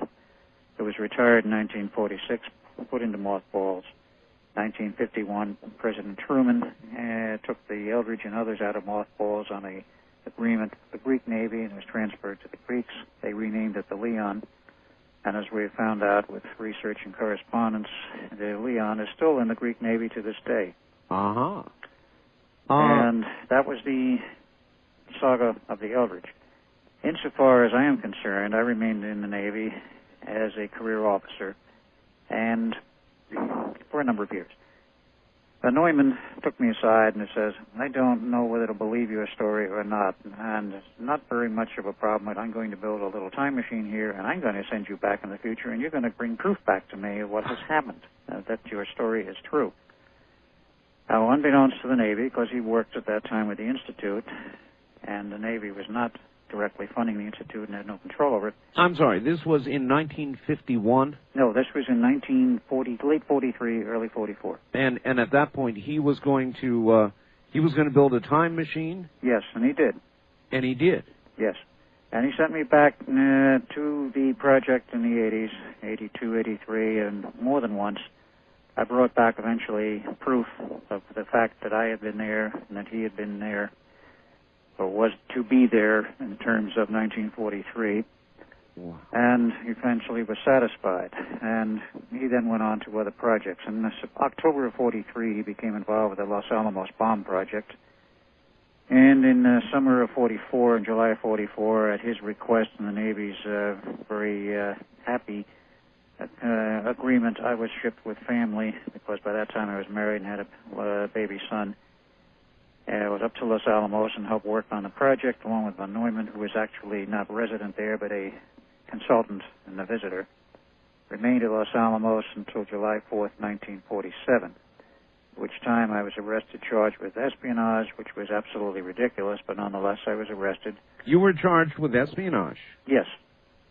I was removed from the family, whom I never saw again, either the baby son or my wife.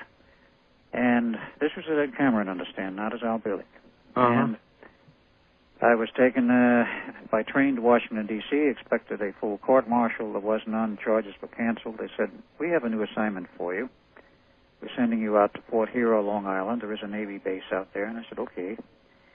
I did not know at that point that Fort Hero, an Army base containing also a Navy base, was the exact location of the Montauk Project, the Phoenix Project as we called it, where in later years it became the main project, which in 1983 pulled us from the Eldridge.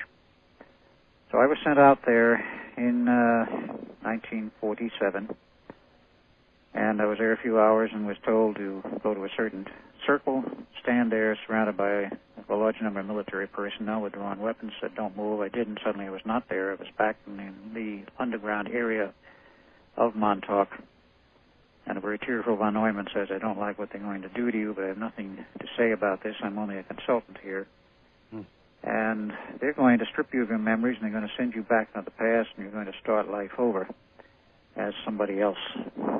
So they did, to make a long story short, strip me of all my memories. And by means of age regression techniques, which the government has, they can physically regress the age of a person, anyone they so choose, to make the much older person much younger, like a 65-year-old person can be made equivalent to 25 physically without losing any of their memory or capabilities. A very closely guarded secret. I know people who've gone through it personally. And Al, I want to stop you for just a second because I want to ask you a question. Sure. What do you say to people? I mean, you sound lucid to me, Al, but there are people who will listen to this story and they will say, you were really a candidate for the Philadelphia loony bin. And what do you say to these people? Well, I can say is do your own research. If you don't believe me, that's your choice. I mean, I can't force anyone to believe the story. I know it's certain aspects of it are very difficult to accept, but there are people who know of these aspects of the experiment, namely the age regression research that was done from 1947 approximately onward at a research institute in Miami, Florida, which Howard Hughes himself bought. Age regression? You mean psychological research, which led to age regression? You mean psychological regression?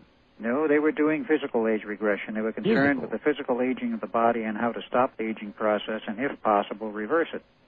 Wow. After several decades, they came up with some workable systems and finally were able to do a full age regression, taking a person back up to 40 years off of their age physically, make them young again. And they held us special people in the government. They didn't want to leave service because they were much too valuable. And that's a long story in itself. What about Einstein? Surely they would have taken him back. The equipment was not functional at that time. He died in 1955, and the research was not completed to a workable state until the late 60s or early 70s. Good point. Good point. Okay. Okay, they decided to do one better with me. They were going to take me back and shrink me down to a young kid at the age of about 1, after stripping me of all memories, and then plug me in another family, and that's how I became a Bielek. I was transported backward through time because at Montauk they could send you any place they wanted. Somehow they prepared it. How, I don't know. All right, if they stripped you of your memories, Al, how Yes. do you know everything that you've told us? Because no matter what techniques are used to remove memory, other than brain surgery itself, they had to keep me alive for various reasons. I'll go into that later. And they had to keep Duncan alive for various reasons. He was given a new body and was sent back into a period, 1963, when he assumed the new body, which was already 12 years old. Got verification of that out of a CIA agent who knew the whole story. He was following Duncan around for 20 years. The story, I know, becomes very difficult to believe, and nevertheless, things go on in the government which the average person has not the slightest cognizance of. Well, what about the technology, Al? If they, surely in the 80s, they had pretty well perfected time travel itself, then where is it today in the 90s? In use. You're saying it's in use? It's been in use since earlier than the 80s. The project at Montauk, I will get into that shortly. The project at Montauk was a special case of advanced time travel. Time travel per se was discovered and actually functional in 1944, both in the United States and in Germany. The Germans had a system earlier than 44, which they were using. And there is some documentation on that, but not very much. But they were working on it also, and I might also add they were working on their own project Invisibility involving submarines, and they had one disaster after another, and they abandoned it also. And that essentially was the story of Project Invisibility at that time. Well, you have then quite an extensive knowledge about some aspects of time travel, and I want to ask you about one of them. Okay. You know, the old business about if you go back and disturb something, or if you go back and, for example, kill somebody who would later have born you, you could literally extinguish yourself. That test was attempted by, I understand, the Navy itself in 1973. And they had the same idea, go back, kill the father of a person they wanted to eliminate before he married, and the son was born by his wife. Yes. And they did, I understand, go back and extinguish the life of that gentleman before he married. But nothing happened to the son in the present era. It's present era speaking of the 70s. Huh. And they went back to the physicists. Okay, what's wrong? And what they came up with is a fairly good explanation, I believe. Namely, with quantum physics, you have to look at time also as being quantized. They said all you did was disturb the time quanta in the area you visited. You didn't disturb the time quanta in the period following. Therefore, you didn't change anything except in the area where you visited. Now, that is essentially true, so far as I understand it. But Montauk was a special case, and there is a special case involved here in this. I'll have to go into that in a little bit, wherein if you disturb not one reality, but you make changes in all 7 realities that we know exist, right, then you have a different story and a different case. Montauk was capable of doing this. Well, I was sent back to 1927. My first memory, quite aside from the birth certificate, and how they arranged this, I don't know. But my first memory was in Christmas of 1927, sitting on Mother's grand piano, a little tyke, next to the Christmas tree, sitting on that piano, and the family and friends were around exchanging Christmas presents. Mm-hmm. One of the strange things about it was, at an age of essentially 1, I understood virtually all the conversation that was ongoing there around that piano with the various people. There were blankouts in certain areas. I understood the language long before I was willing to talk. And as I grew up, I knew nothing of my past. I had fleeting memories during my teen years of other things, and I had no idea what they were, and they would blank out. When I went in the Navy a second time as Al Bielek in 1945 during the World War II, and came out in 46, I was again in electronics, but only as a seaman, petty officer, rank, not an officer. I knew when I came back to late 46 into 47 that I didn't belong in that family, but that was just a gut feeling. I had no other reason to believe that. I went up through the years, went to school, became an engineer, consulting engineer, from 1958 to 1988, and retired in 1988. During that period, I met a lot of people. I had an extremely strong interest in the whole Philadelphia experiment, philosophy, ideas, the stories that were written and told about. I didn't know why I was so fascinated by it until I saw that movie in 1988, January. So it was kind of on the edge of reality for you at that point. That is a good way to put it. Now, one other thing happened, of course, during that period of time. I met Ivan Sanderson. He had a great interest in the subject. He tried to get information out of the Navy, in spite of the fact that he had been a former intelligence officer in the British intelligence service and had good connections with the Navy. They wouldn't tell him anything either. He died in 1973. And during this period, I became involved with a group called the United States Psychotronics Association, and in 1983, at one of their meetings in Portland, Oregon, I met Preston Nichols. In 1985, at their meeting at Dayton, Ohio, he brought with him his new lab assistant, because he not only worked full-time, he had his own private lab, Duncan Cameron. And I didn't know him from Adam at that point. But in the course of that meeting, 4 days we were there, I talked with him at great length in the cafeteria, and after about an hour of this discussion back and forth, I finally got this funny gut feeling I knew him from somewhere. And I finally asked him, I says, hey, do you have a feeling you know me from somewhere? He says, yeah. Do you have any idea where from? He says, I don't have the slightest idea, but I know you from somewhere. And I had the same feeling. Well, before the convention broke up, Preston had invited me to visit him at his lab in Long Island at some time in the future, and I did a month later in August when my job as a consultant ended that I was on. And he took us out to Montauk after I was there, expecting to be a weekend. It was 2 weeks. Montauk, Long Island, to see this derelict base where we walked on, saw all this old electronic equipment lying around in the buildings in various places, and an abandoned base.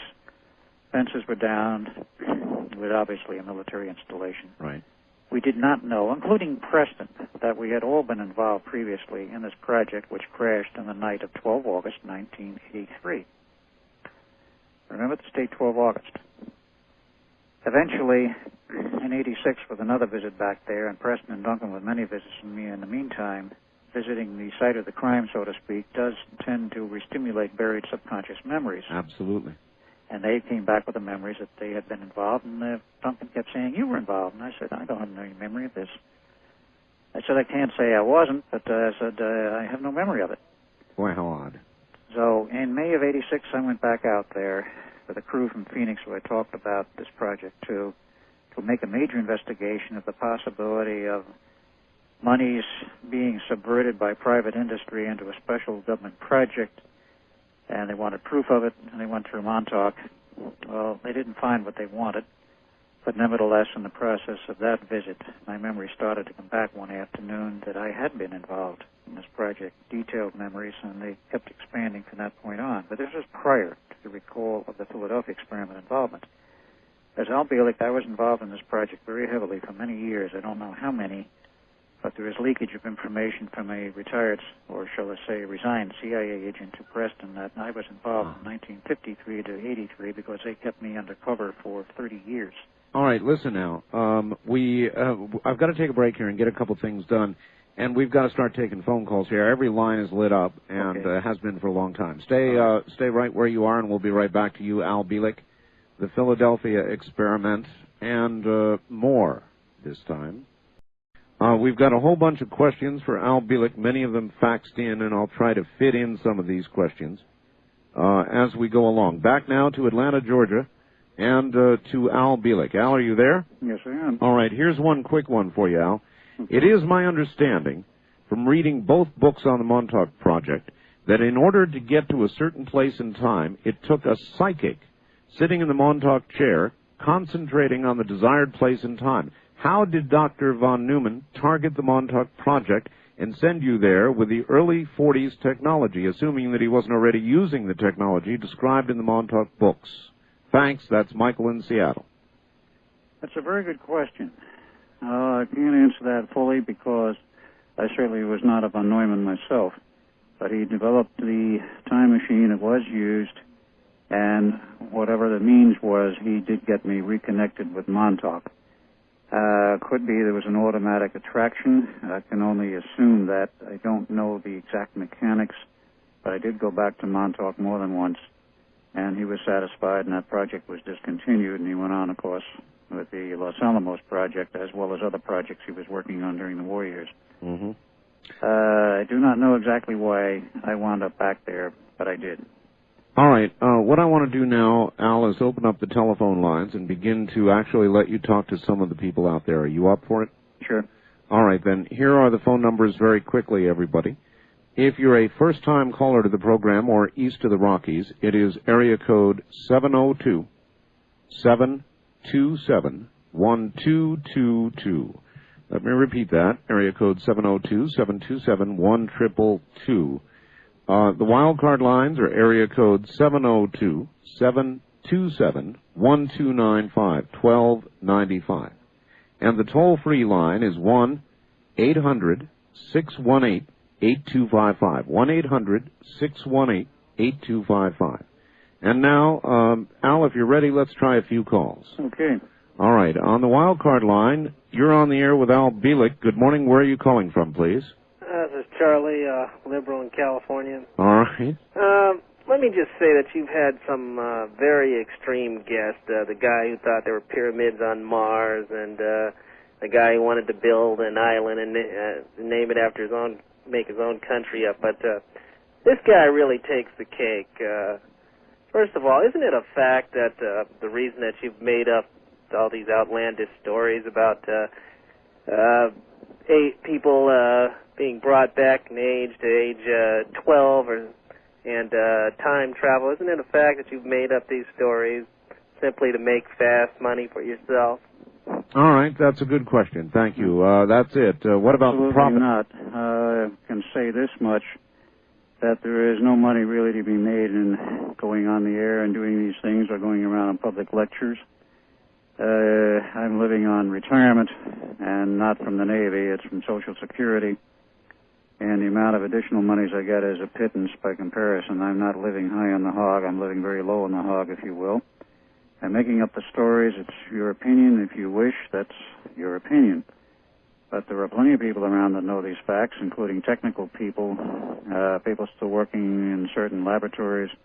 I've talked with personally and verified many details of these facts of the Philadelphia experiment and the equipments that were built and what happened.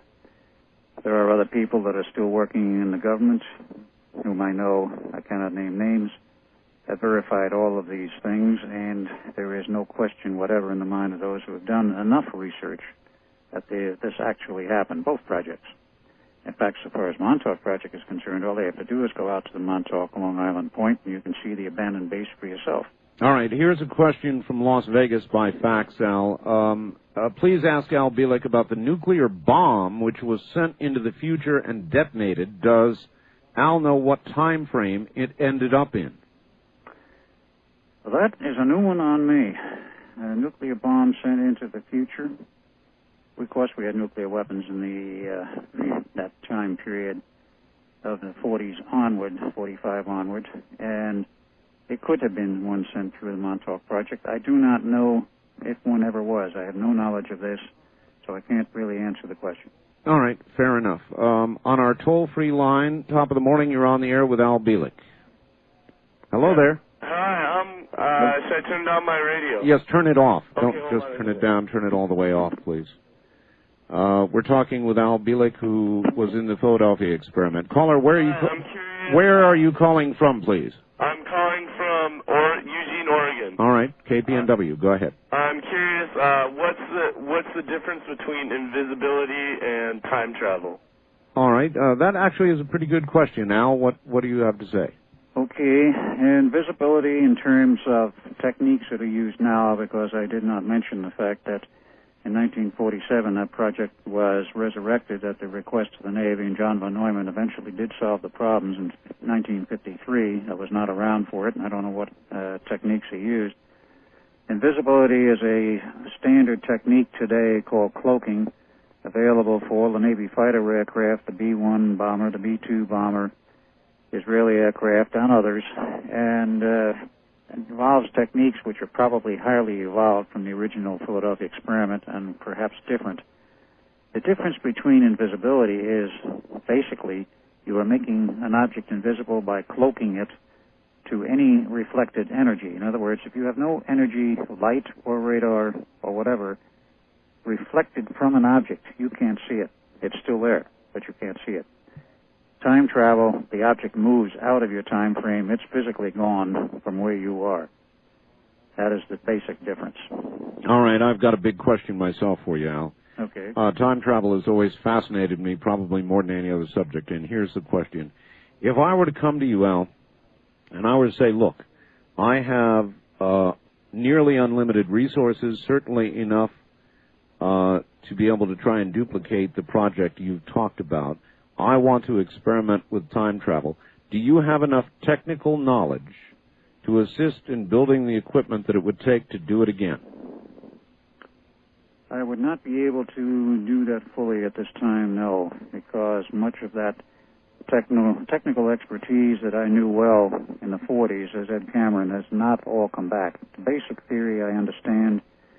The more precise mathematics, the more fine details, the finesse, if you will, of how to build that equipment is largely lost at this point. All right, and this is speculative then, Al. If we had somebody who could put together the technical aspect of it, and there was enough money to do it, and you had an opportunity to be part of it, would you run away from it or run to it? In other words, would you become involved again or not? It's a good question. As far as time travel is concerned, I would probably become involved again. I would be very much interested in it. Some people never learn, do they? All right, let's take some more calls. On the first-time caller line, you're on the air with Al Bielek. Yes, KFBN Spokane. Spokane, Washington. All right, you're going to have to speak up nice and loud. You're hard to hear. Okay. Go ahead. Yes, he traveled through time and he had connections with certain government officials. Can he verify the Roswell, New Mexico incident and whether alien beings? All right, thank you. Do you know anything about other things like Roswell, Al? Yes, I was not part of that directly, but I have read a considerable amount of material. There's ongoing research today, and I know from reading some of the English source material that the people involved, other than the director appointed by the President Truman at that time, who was Vannevar Bush, his chief scientific advisor included people like Dr. John von Neumann and a number of other people from Harvard and elsewhere who were a scientific team to evaluate what was there and what had come down. It's quite well documented now, even though the government still wants to deny it. They cannot anymore completely because a lot of evidence has turned up. A lot of people who were directly involved at that time were now speaking out in the last 5 years. Okay. Well, here's another question for you. This one from Tri-Cities, Washington. Did Al go back to the Phoenix Project in 1983 after reliving the preceding years, and if not, why? If so, what did he find himself? Question mark. That's from, let me see, Sean in Tri-Cities, Washington. Okay. I became part of the Phoenix Project Montauk, if you want to call it that, sometime in the 60s or the 70s because it was part of an ongoing project which started in 1947 under the umbrella entitled Project Phoenix. I became involved sometime in that period of the 60s and 70s and directly in the Montauk operation about 1975, so far as I can now estimate. And I was there as Al Bielek and was used as an engineer because I have been an electronic engineer for many years, even though retired. My expertise was apparently used in some phases there, particularly power supply design. Other people I know were involved, but that's not the question was asked. Now, I went there in 1983, and the last day with Duncan as Edward Cameron and Duncan Cameron because of the Eldridge incident. Mm-hmm. And at the time of the last 3 days of the project before it crashed in August 12th, 83, I, as Al Bielek, was removed from the project and told to go take a hike. In other words, take a vacation. Yes. They did not want me there when I arrived as Ed Cameron. Now, the project crashed that night. That's a long story in itself. It's covered in the Montauk Project book by Preston Nichols. The factors involved in that are very involved, but the project was basically sabotaged and crashed. I was no longer attached to it. I am no longer attached to it. Mm-hmm. The project has been revived since. In fact, as we have found out in recent months, it never really died. They just left it dead on the surface and let it appear to be dead while they spent 4 years rebuilding and redesigning the project underground and added 2 more levels to the underground. There were 6 levels originally. There are now 8 levels underground at Montauk Point, and the bottom 2 levels extend for miles. So they did resurrect the project and went back online in 1987 for apparently new usages and purposes. We don't yet know the whole story. And the power output was up and fantastically from the levels which they were using in the 80s. What do you think they're presently utilizing time travel for, Al? Presently, time travel has been used for looking into the future to see, in terms of politics, what's going to happen, in terms of economics, what may happen, but more specifically in terms of earth changes, which everyone who's looked at has been predicting, and I don't mean psychics, but even geologists are looking at it and realizing we're due for some very nasty earth changes. They're all looking into the future to see what is going to happen and what does happen. Yeah, I'm still trying to figure out what's going to happen with Whitewater. All right, let's go back to the phones quickly. On the wild card line, you're on the air with Al Bielek. Hello. Hello, I think I've got it figured out, Art. We're going to send Charlie back into time to the Eldridge, hopefully enmeshed into Blockhead. Boy, I'll tell you, there's an idea. Welcome to the program. Where are you calling from? This is Mike in Renton, Washington, KVI Country. Good, Mike. Do you have a question? Yes, sir, I do. Mr. Bailey. Yes. I heard you before on, when you were here in Seattle, I guess, on Journeys with Brenda Roberts. Yes. And her husband has passed away since then, by the way. Yes, I know. And anyway, I wanted to ask you, I heard Preston also. And as I remember the story, it seemed like, I think I heard this from Preston now, that there was some kind of machine or computer at Montauk that they tried to secure the power to, but apparently the computer or machine wouldn't allow that to be done. The whole system at Montauk on the last day there developed its own strange capability. When they knew things were going awry, when this monstrosity that looked like a Sasquatch was tramping around the grounds in the last hours, picking up people and throwing them against concrete walls and trying to break into the radar tower itself, they knew they had to shut the whole system down. First they went for the power switches. They were frozen like on the Eldridge.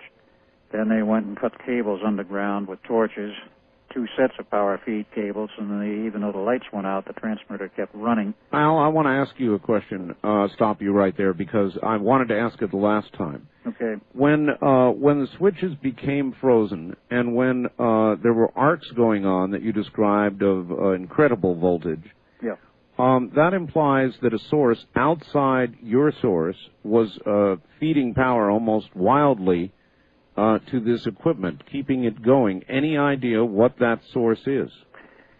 At the time that occurred on the Eldridge, there was no source internal there which could have caused that problem.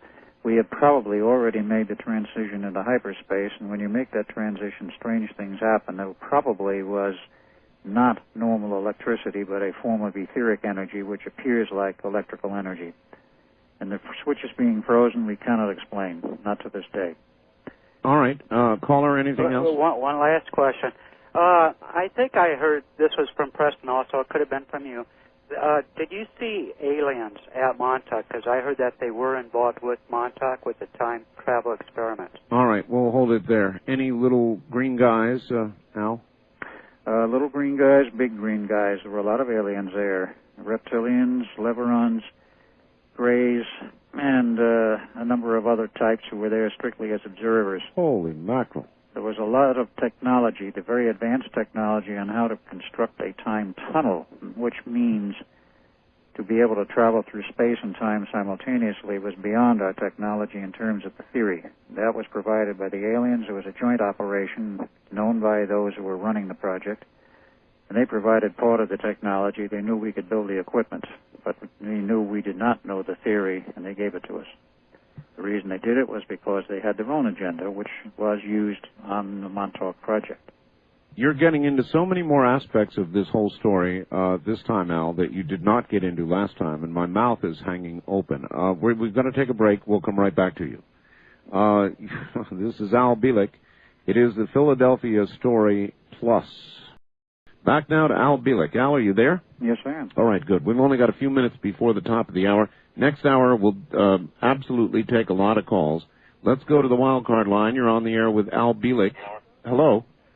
Hello, Art. Yes, sir. This is Charlie up in Reno again. Hello, Charlie in Hello. Reno. Yes. Yeah, I'm the one that sent you the tape several months ago about the other stealth ship. Yes. And I've been just fascinated with the show tonight. And I've got a couple questions on to Mr. Bielek. Yes. About the rotating fields on the transmitters. If you was to cross south of the equator, would the rotating fields need to go clockwise instead of counterclockwise? I know it sounds a little stupid, but no, it doesn't. It does not sound stupid. It does not sound stupid. I'll tell you what I'm going to do. We are so woefully short of time here toward the top of the hour that I'm going to ask you to. Is it possible for you to hold on, sir? Sure. All right. I'll hold. All right, very good. Then hold on. I really shouldn't have gotten into that. Let me put you on hold. Boy, I'll tell you, the faxes are just pouring in. The questions, we'll never get to all of them, but we'll try and get to as many as we can this hour.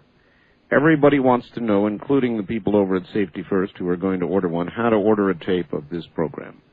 The number to call again is area code, and you can call it now, 24 hours a day, and order a tape.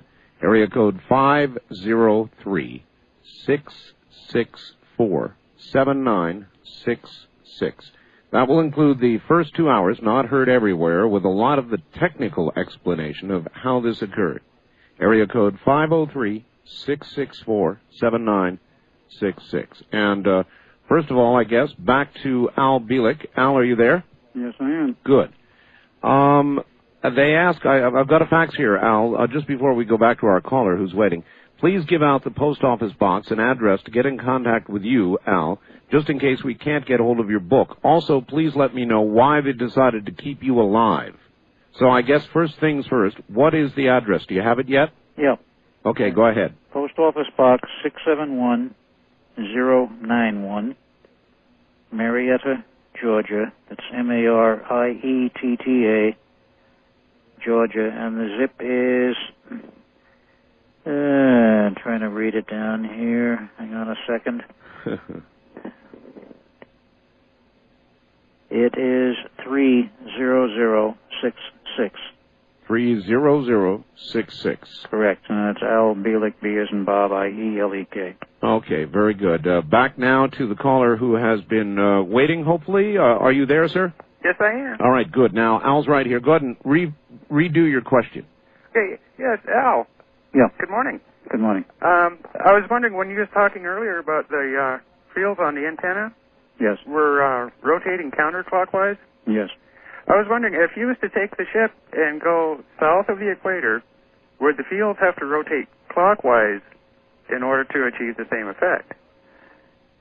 All right. Basically, that is probably true because you have a different field effect in the southern hemisphere in terms of magnetic fields. I don't know if you're familiar with the block wall phenomena. The magnetic fields of the Earth, like in a bar magnet, do not run straight from North Pole to South Pole. There is an intermediary point where they do a transposition number, and the North Pole field is not the same as the South Pole field. They are independent, but it's a very long and difficult explanation, and the theory on this can be proven. There have been books published on it. This is not what they teach in the textbooks. All right, and now, why did they leave you alive, Al? Okay, they had to leave me alive, as well as Duncan. They had to resurrect him, so to speak, for a simple reason. We had gone through the entire time loop, and one of the gentlemen who worked on this project, Dr. Norman Levinson, who has 4 or 5 books out in mathematics. He was a professor of math at MIT, died in 76, if I remember correctly. He showed in the classified work he did, which was the time equations and the time matrix, that when you rip a hole in space-time, which is what occurred when they locked up the 2 experiments from 43 to 83 on the 12th of August. The 12th of August is significant. I'll get into that in a minute. But when you do that, you tear a hole in space-time, in the fabric of space-time, you create a problem. If those who are familiar with electrical theory and know about transmission of RF energy down a transmission line, you must terminate that line in its proper impedance at the end where you are attempting to ship power. That's right. If you do not have the correct terminating impedance, you get reflections back to the source. You Absolutely. get standing waves. That's correct, yes. The same thing happens in time. Mm-hmm. You rip a hole in there, abnormal rupture as it is. You no longer have a smooth flow of time because there is a flow. You have a definite problem. There's many problems were created by that lockup. But one of the things that occurs is after 83, his equations show that it takes 20 years for the disturbances to damp down to the point where they don't have to worry about it. In other words, in the year 2003, 12 August, it's essentially all over. For some reasons not known to either Duncan or myself, and I don't know if anyone knows the answers, Duncan and I act as human dampers on the time trail, so to speak, to maintain a damping coefficient of some type so that the whole thing doesn't go off and rupture again. All right. Back to the telephone lines, and on our toll-free line, you're on the air with Al Bielek. Good morning. Yes, Art. This is Dan Zale from the U District in Seattle, KVI country. Yes, sir. By the way, did you get my message? I called into CBC Radio today to leave a message for you on how to get a hold of Sean Morton. No, I don't have it yet, but I'm sure it'll get to me. Okay, he claims to have met Al. That's true, he did. Yeah. There you go. There's your confirmation. Do you have a question?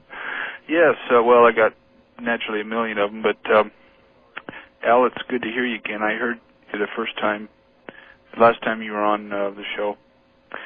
You mentioned a book called The Conspirators' Hierarchy, The Committee of 300. Yes. And you also recommend that? Yes, there's Dr. John Coleman's book. It's in the 3rd edition now. I don't know if it's released yet, but he's expanded it by about 100 pages. It still sells for the same price at $20.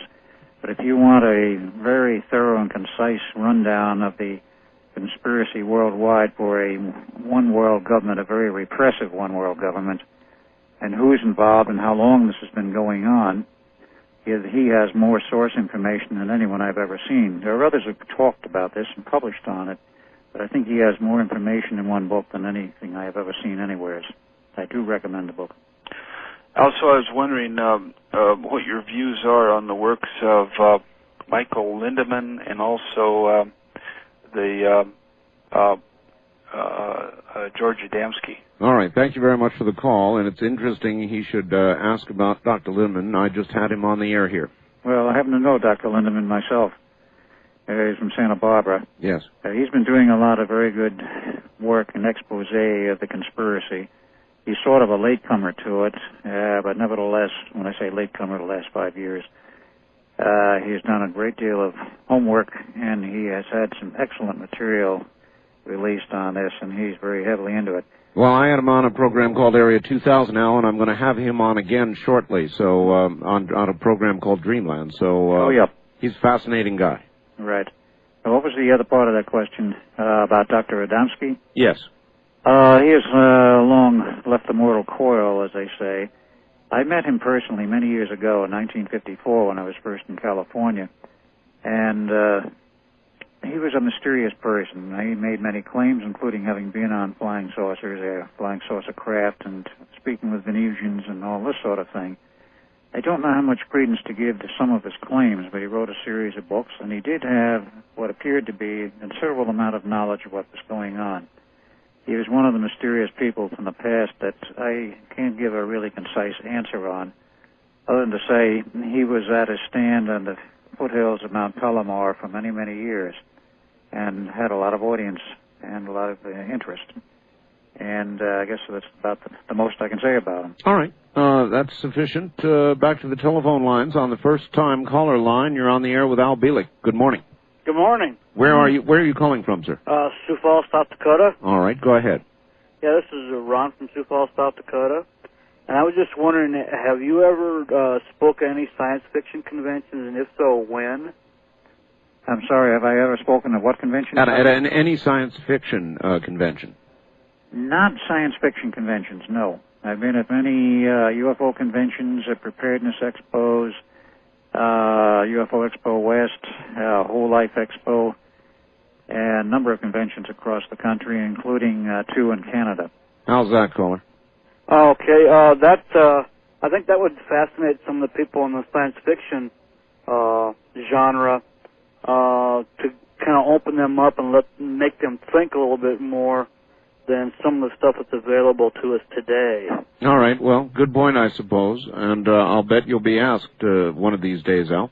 Could be. I know some of what I talked about probably is wilder than some of the science fiction you've talked about, and there are other people have talked about, or have read. There's absolutely no question about it. It's really wild. Wild Card Line, you're on the air with Al Bielek. Good morning. Where are you calling from, please? Seattle, Washington. Seattle. All right, go ahead. Yes, Al, when you were put through age regression to the age of 1, yes. How old were you as the adult Edward Cameron, and 30. what year was that? Okay. How old were you as the adult Cameron, and what year was that, Al? I was in 1947. I was 30, almost 31, when I was pulled out, and they gave me the 9 yards of the treatment. All right, there you are. Wild Card Line 2, you're on the air with Al Bielek. Good morning. Hi, Art. Hi, Al. Howdy. I have a question. If the government is using physical age regression, then have they used it in outer space travel? That I don't know. It's an interesting point of thought. They could perhaps, but one of the other things, and I know what you were talking about, why you're asking that question. The problem with space travel is postulated by standard physics as it's going to take years and years and centuries to get to some locations, but that's not entirely true. Hyperspace travel, you're traveling at much faster than the speed of light, and Einstein equations, nonetheless, you can do it, and it has been done and is being done by aliens and also with some of the craft that our government has built in the more recent years. The age regression problem is not really required, and if you look at some of the equations and the Lorentz contraction equations and others, as you go at higher speeds, the speed of travel affects the body to an extent so that you don't age as rapidly as you would if you were sitting on Earth. Yes.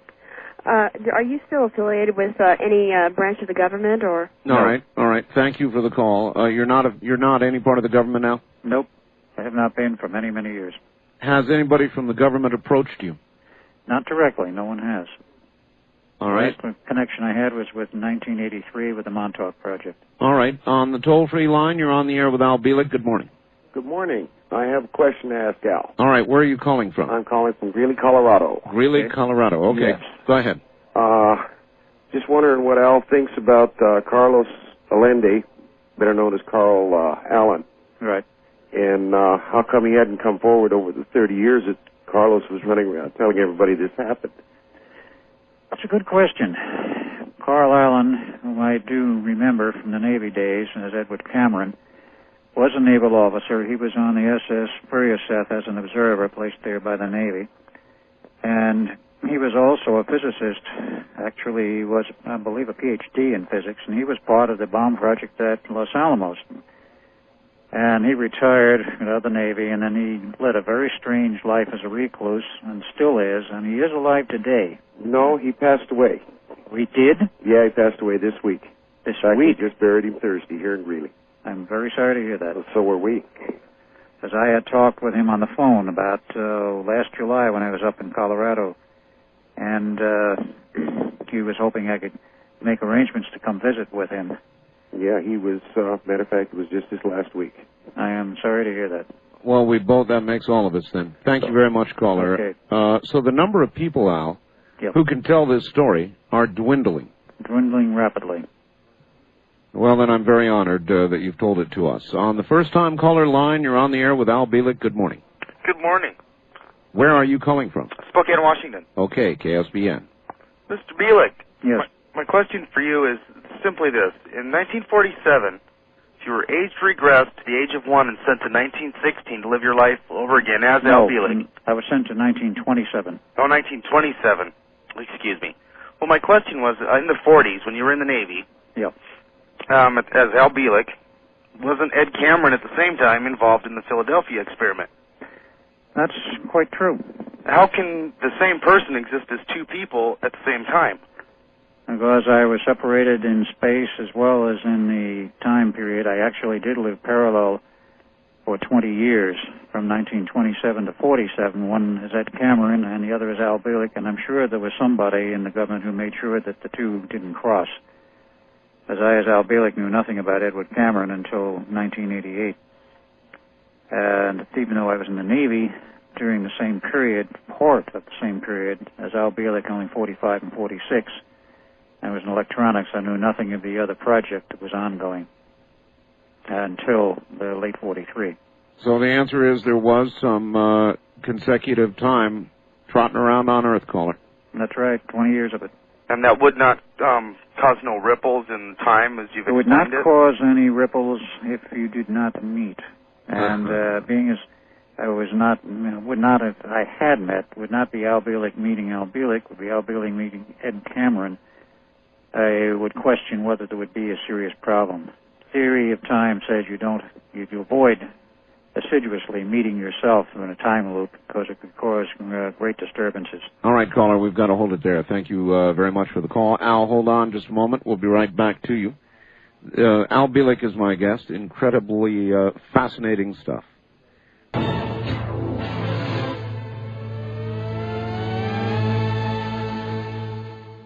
Back now to Al Bielek, all the way in Atlanta, Georgia, of all places. Al, are you there? Yes, I am. Good. Let's go back to the telephones and take questions as we can. On the wild card line, you're on the air with Al Bielek. Mr. Bill, yes. Get in. Yeah, I am, to be honest and respectful, I am a skeptic. I'm a reasonable skeptic. I would like to know how, and I did miss the first 2 hours, so forgive me, but I would like to know how it was possible, in your view, that 40s technology using electromagnetics could cause invisibility, given the structure of matter, where such a thing, how did electromagnetism... You're absolutely right. You should not have missed the first 2 hours. We went through the technical explanation, but maybe we can get Al to give you a short, quick version. All right? Well, if you understand any of the math that was done by David Hilbert, by John von Neumann, and, of course, Einstein, you would understand that we're living in a five-dimensional universe. We have the three physical dimensions we're all familiar with. The fourth dimension is time, but in terms of expressions of time mathematically, it's T1. There is another vector at right angles to the main time vector, which is the one we measure with the clock and so forth, which actually controls it. It's higher order. It's a fifth dimension. And by manipulating T2, the fifth dimension, you can control the fourth dimension within a limited area. And, of course, we're only concerned with a limited area, namely the special fields which were put around the ship or whatever object you're trying to make invisible. The techniques that we're using then were somewhat crude. They were of very high power, and they got into a lot of problems because of it. But basically, it was a time manipulation to produce invisibility. If you produce a field wherein light or electromagnetic energy is not reflected, there's no return energy, you can't see it. So it becomes invisible to the eye and to radar. Right, even to a camera. All right, we're so short on time. On the wild card line, you're on the air with Al Bielek. Hello. Hi, Art. Yes, sir. Where are you calling from? Issaquah, Washington. Issaquah, Washington. All right. Yeah, Al. Yes. I was wondering if you've ever heard of Lyndon LaRouche? Oh, yes. Yeah, I heard you mention the conspirators' hierarchy, and I was wondering if you're aware that a number of his associates are doing prison time in Virginia now, from 10 to 77 years. Yes, and Lyndon himself is still in prison. Well, I guess he recently got out. Yeah, I think he did. I believe he did recently get out. Yes. Okay. They were not too happy with some of his political exposés. Yeah. And that seems to be one of the little problems in this country at this time. Freedom of speech is somewhat abridged. All right, caller, thank you. Al, what do you know about these black helicopters? Anything? A lot of talk about them. Yes, they're all over the nation. They're under Army control, but there's also a special group I've heard the initials of, which actually is administrative control of all the black helicopters, and they are a multinational force now. Actually, I think, Al, it's a multi-jurisdictional force. Right. Isn't it? They can include foreign military personnel. They all wear the same uniform without any ID name badges. There's no identification numbers on the black helicopters, so they can't trace where they came from. All right, hold that thought, Al. We'll be back to you in a moment, bottom of the hour. Last segment coming up from the high desert. You're listening to the CBC Radio Network.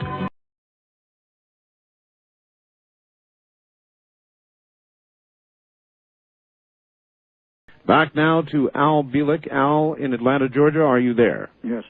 Good. All right. I want to just get right back to the phones, Al, and give them as much a chance as possible to ask you questions. Okay. On our toll-free line, you're on the air with Al Bielek. Hi. Where are you calling from, please? Art, I'm calling from Hawaii. Hawaii. Where in Hawaii are you? I'm in Aiea.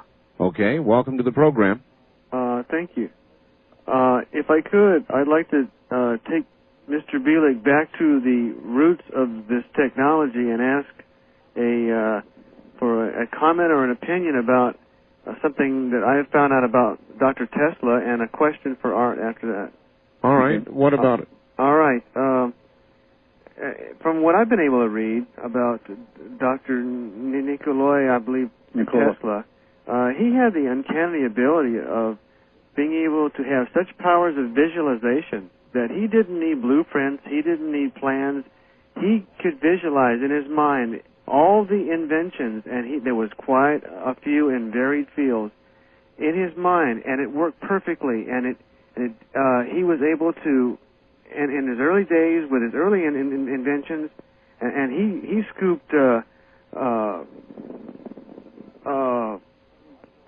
guy with the light bulb in USA, Edison. Yes. Yeah, and a lot of his inventions. And what I was wondering is, could you comment on your thoughts and feelings if he had remained alive to develop his theory instead of going to pulse, and would they have converged, or would they have been varied, and we would have had maybe not the tyranny of the government behind this, but maybe some light behind some alternate theories? Well, it's an interesting question. Tesla, of course, got into trouble around right after the turn of the century when he proposed free energy at that time for the people, for the masses, without the massive generating systems and, of course, the whole power grid that developed well after that. But the financial interests, J.P. Morgan and others, well, of course, were making huge sums of money off of generators and motors and the whole AC power system which he developed. And they did not want to see a change like free power by putting an antenna in the air and another in the ground, as J.P. Morgan once stated, and you can't put a meter on it. That was the basis of the philosophy. We can't meter it. How are we going to charge them for it?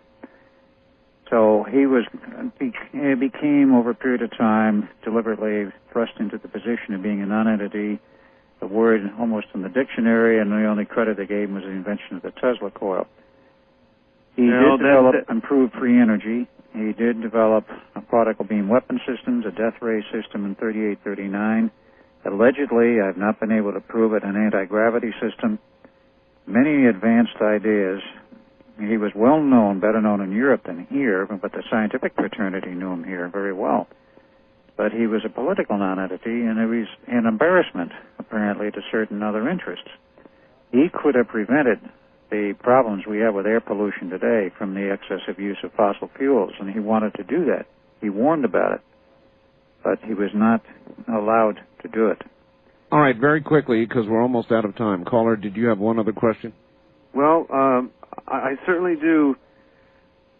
I'm encouraged by having him speak well of Tesla, because he was a dynamo genius in his own right, and he was a if genius. he had lived, he could have taken it in numerous other directions.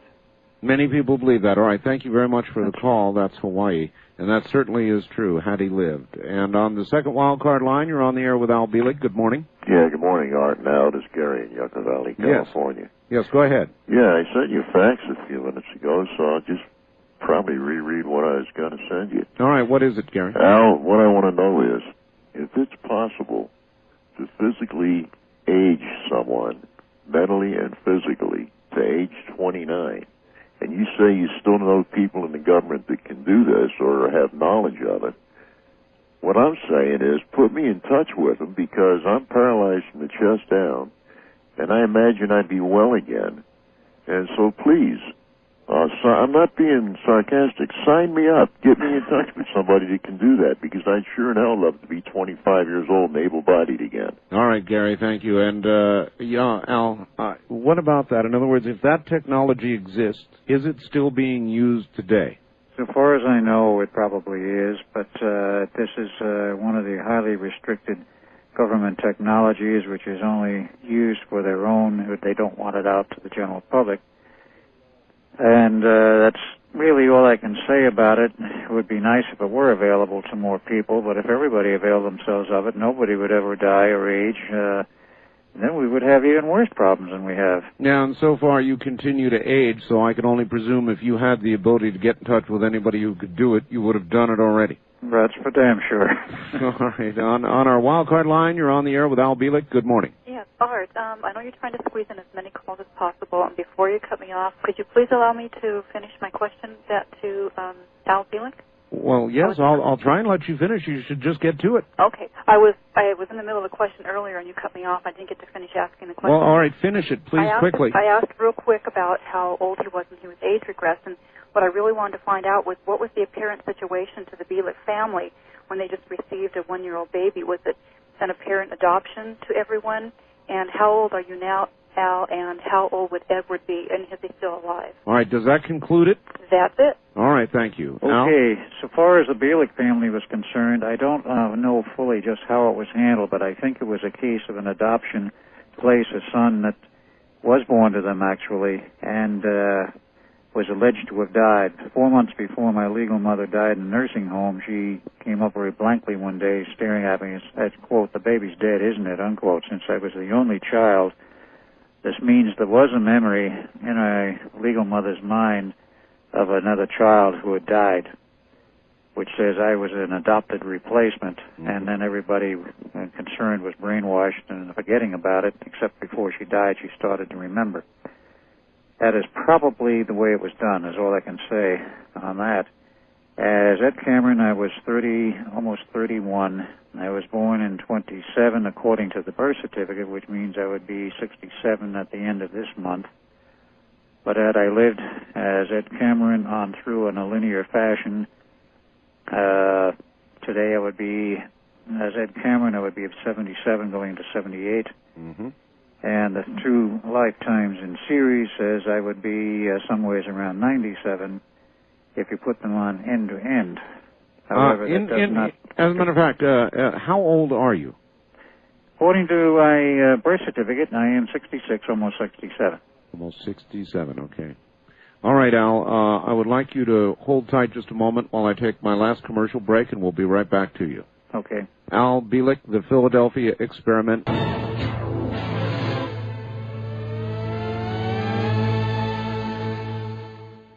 Back now to Al Bielek and the Philadelphia Experiment. Al, are you there? Yes. All right, let's take a few fast calls. On the wild card line, you're on the air with Al Bielek. Hello. Hi, this is Ron from Bellevue, Washington. Yes, Ron.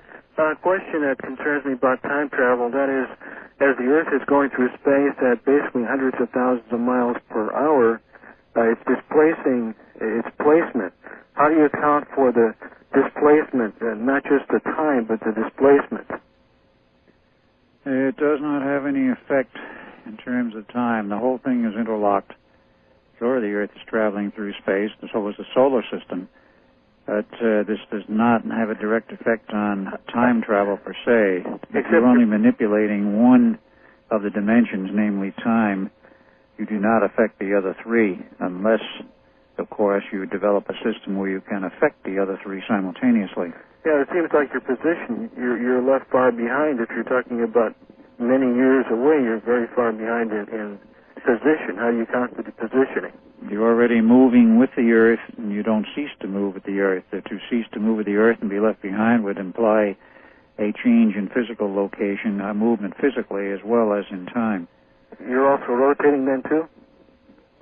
If you do pure time travel, you do not have any relative effect upon your position on the Earth. All right, caller. Thank you very much, and have a good morning. And let me move on. Wildcard line 1, you're on the air with Al Bielek. Good morning. Yes, Mr. Bielek. Please correct me if I'm confusing you with someone else, but did I hear you speak several months back about concerning 2 Mars expeditions that you had had something to do with? Yes, that's true, and that was in the Montauk Project. Okay, could you please speak a little to that, especially as to what, if anything, was found, and also the nature of the crafts that got people to Mars? You bet. We'll ask about it. Caller, where are you from? Oh, sorry about that, Reno. Reno, all right. KOH, which is going to become KKOH next week in a big move to 50,000 watts on 780. All right, Al, right. What can you tell Yeah, us? I did speak of that because the Mars colonies found entrances to what appeared to be an underground sealed. Radio communication indicated that they couldn't get into it. Montauk was contacted, and with proper coordinates, they sent a probe into the underground to find out what was there, and they found an extensive cavern system which had at one time been inhabited. So after they sent a camera and it didn't disappear in rock, they sent several crews up, and they found a lot of artifacts in the underground. And this indicated there had been an extensive civilization at one time on Mars and was still intact underground. The surface works have been largely eroded over 250,000 or so years. I was on 2 of those trips, perhaps more than 2 as I remember now, but 2 unauthorized ones with Duncan and myself, and we had our wrists slapped after we got back from the second one, and we were pulled off that project. How far that went afterwards, I don't know, but it wasn't a very extensive exploration. Well, that's incredible. All right, on our toll-free line, you're on the air with Al Bielek. Hi, where are you calling from? Hi, I'm calling from California. All right. And I would like for Mr. Bielek to explain what he means by the date of August 12, 1983. All right, thank you. Very important. It's a good point you brought that up. The problem of why the 2 projects locked up took us many years of research to find the answer to, and we finally did find it. The human body has biorhythms, 3 of them.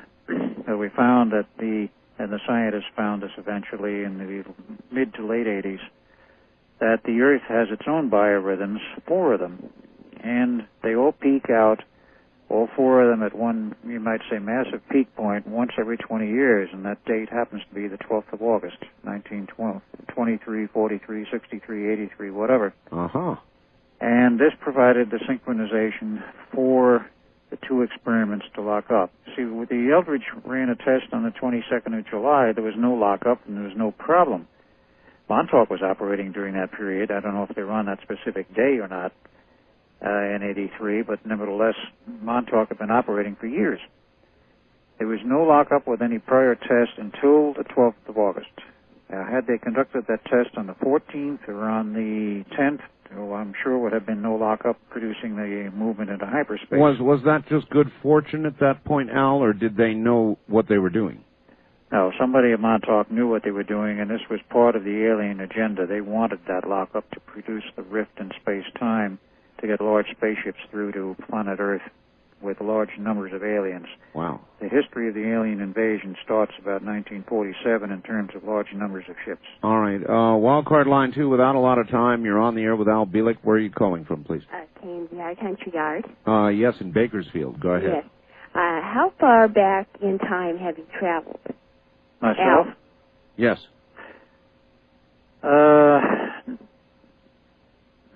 no further back than the 1927 thing is Al Bielek. What else may have been accomplished at Montauk, I still have not pulled all my memories on that, and there were many projects going on I had no connection with. But we do know from data at Montauk that they were capable of going at least 100,000 years into the past, and it is said by those who worked on the project a million years into the future. Perhaps they could go further, we don't know. They had a capability of going very far into the past or the future.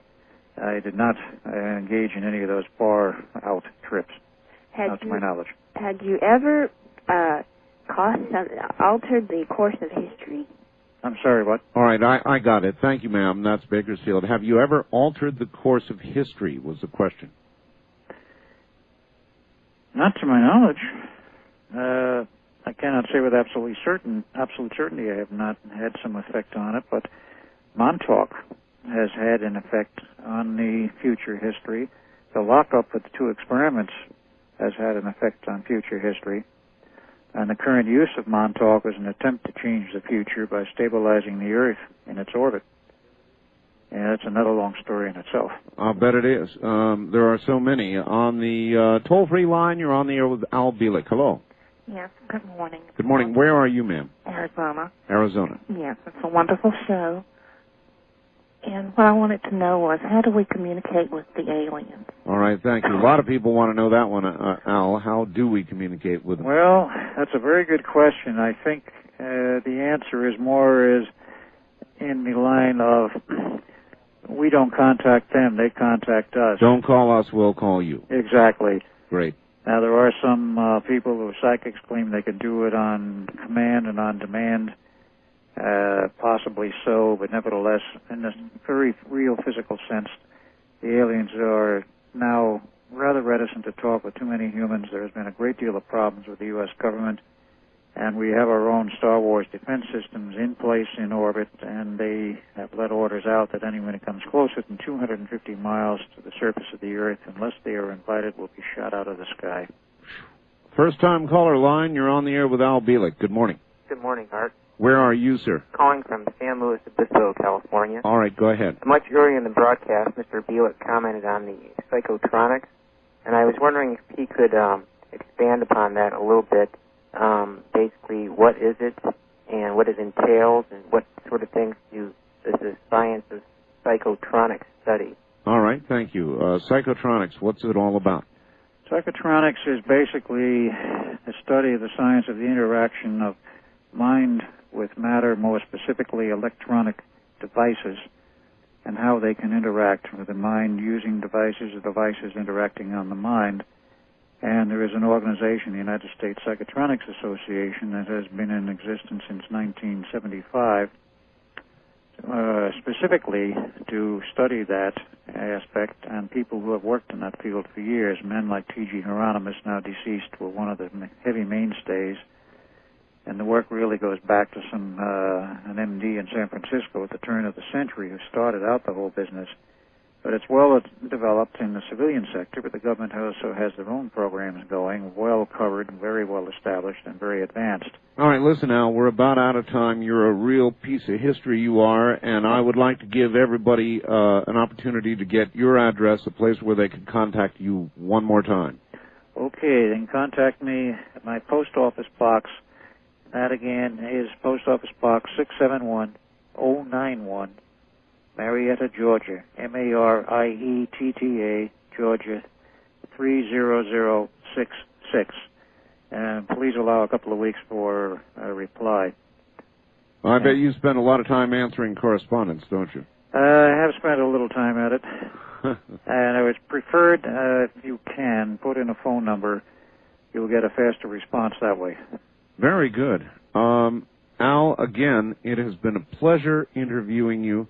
It is an incredible story, and if we get a chance, we'll come back and do it again. Okay. You're going to get a lot of mail, Al. Okay. And if I can talk with you off the air, I would like to. For the rest of you, I'm sorry, we're out of time. Thank you all. It's been wonderful. I'll be here Sunday. No, tell them good night. Oh, good. Well, good morning anyway. Yeah, good morning. All right. See you later, Wayne.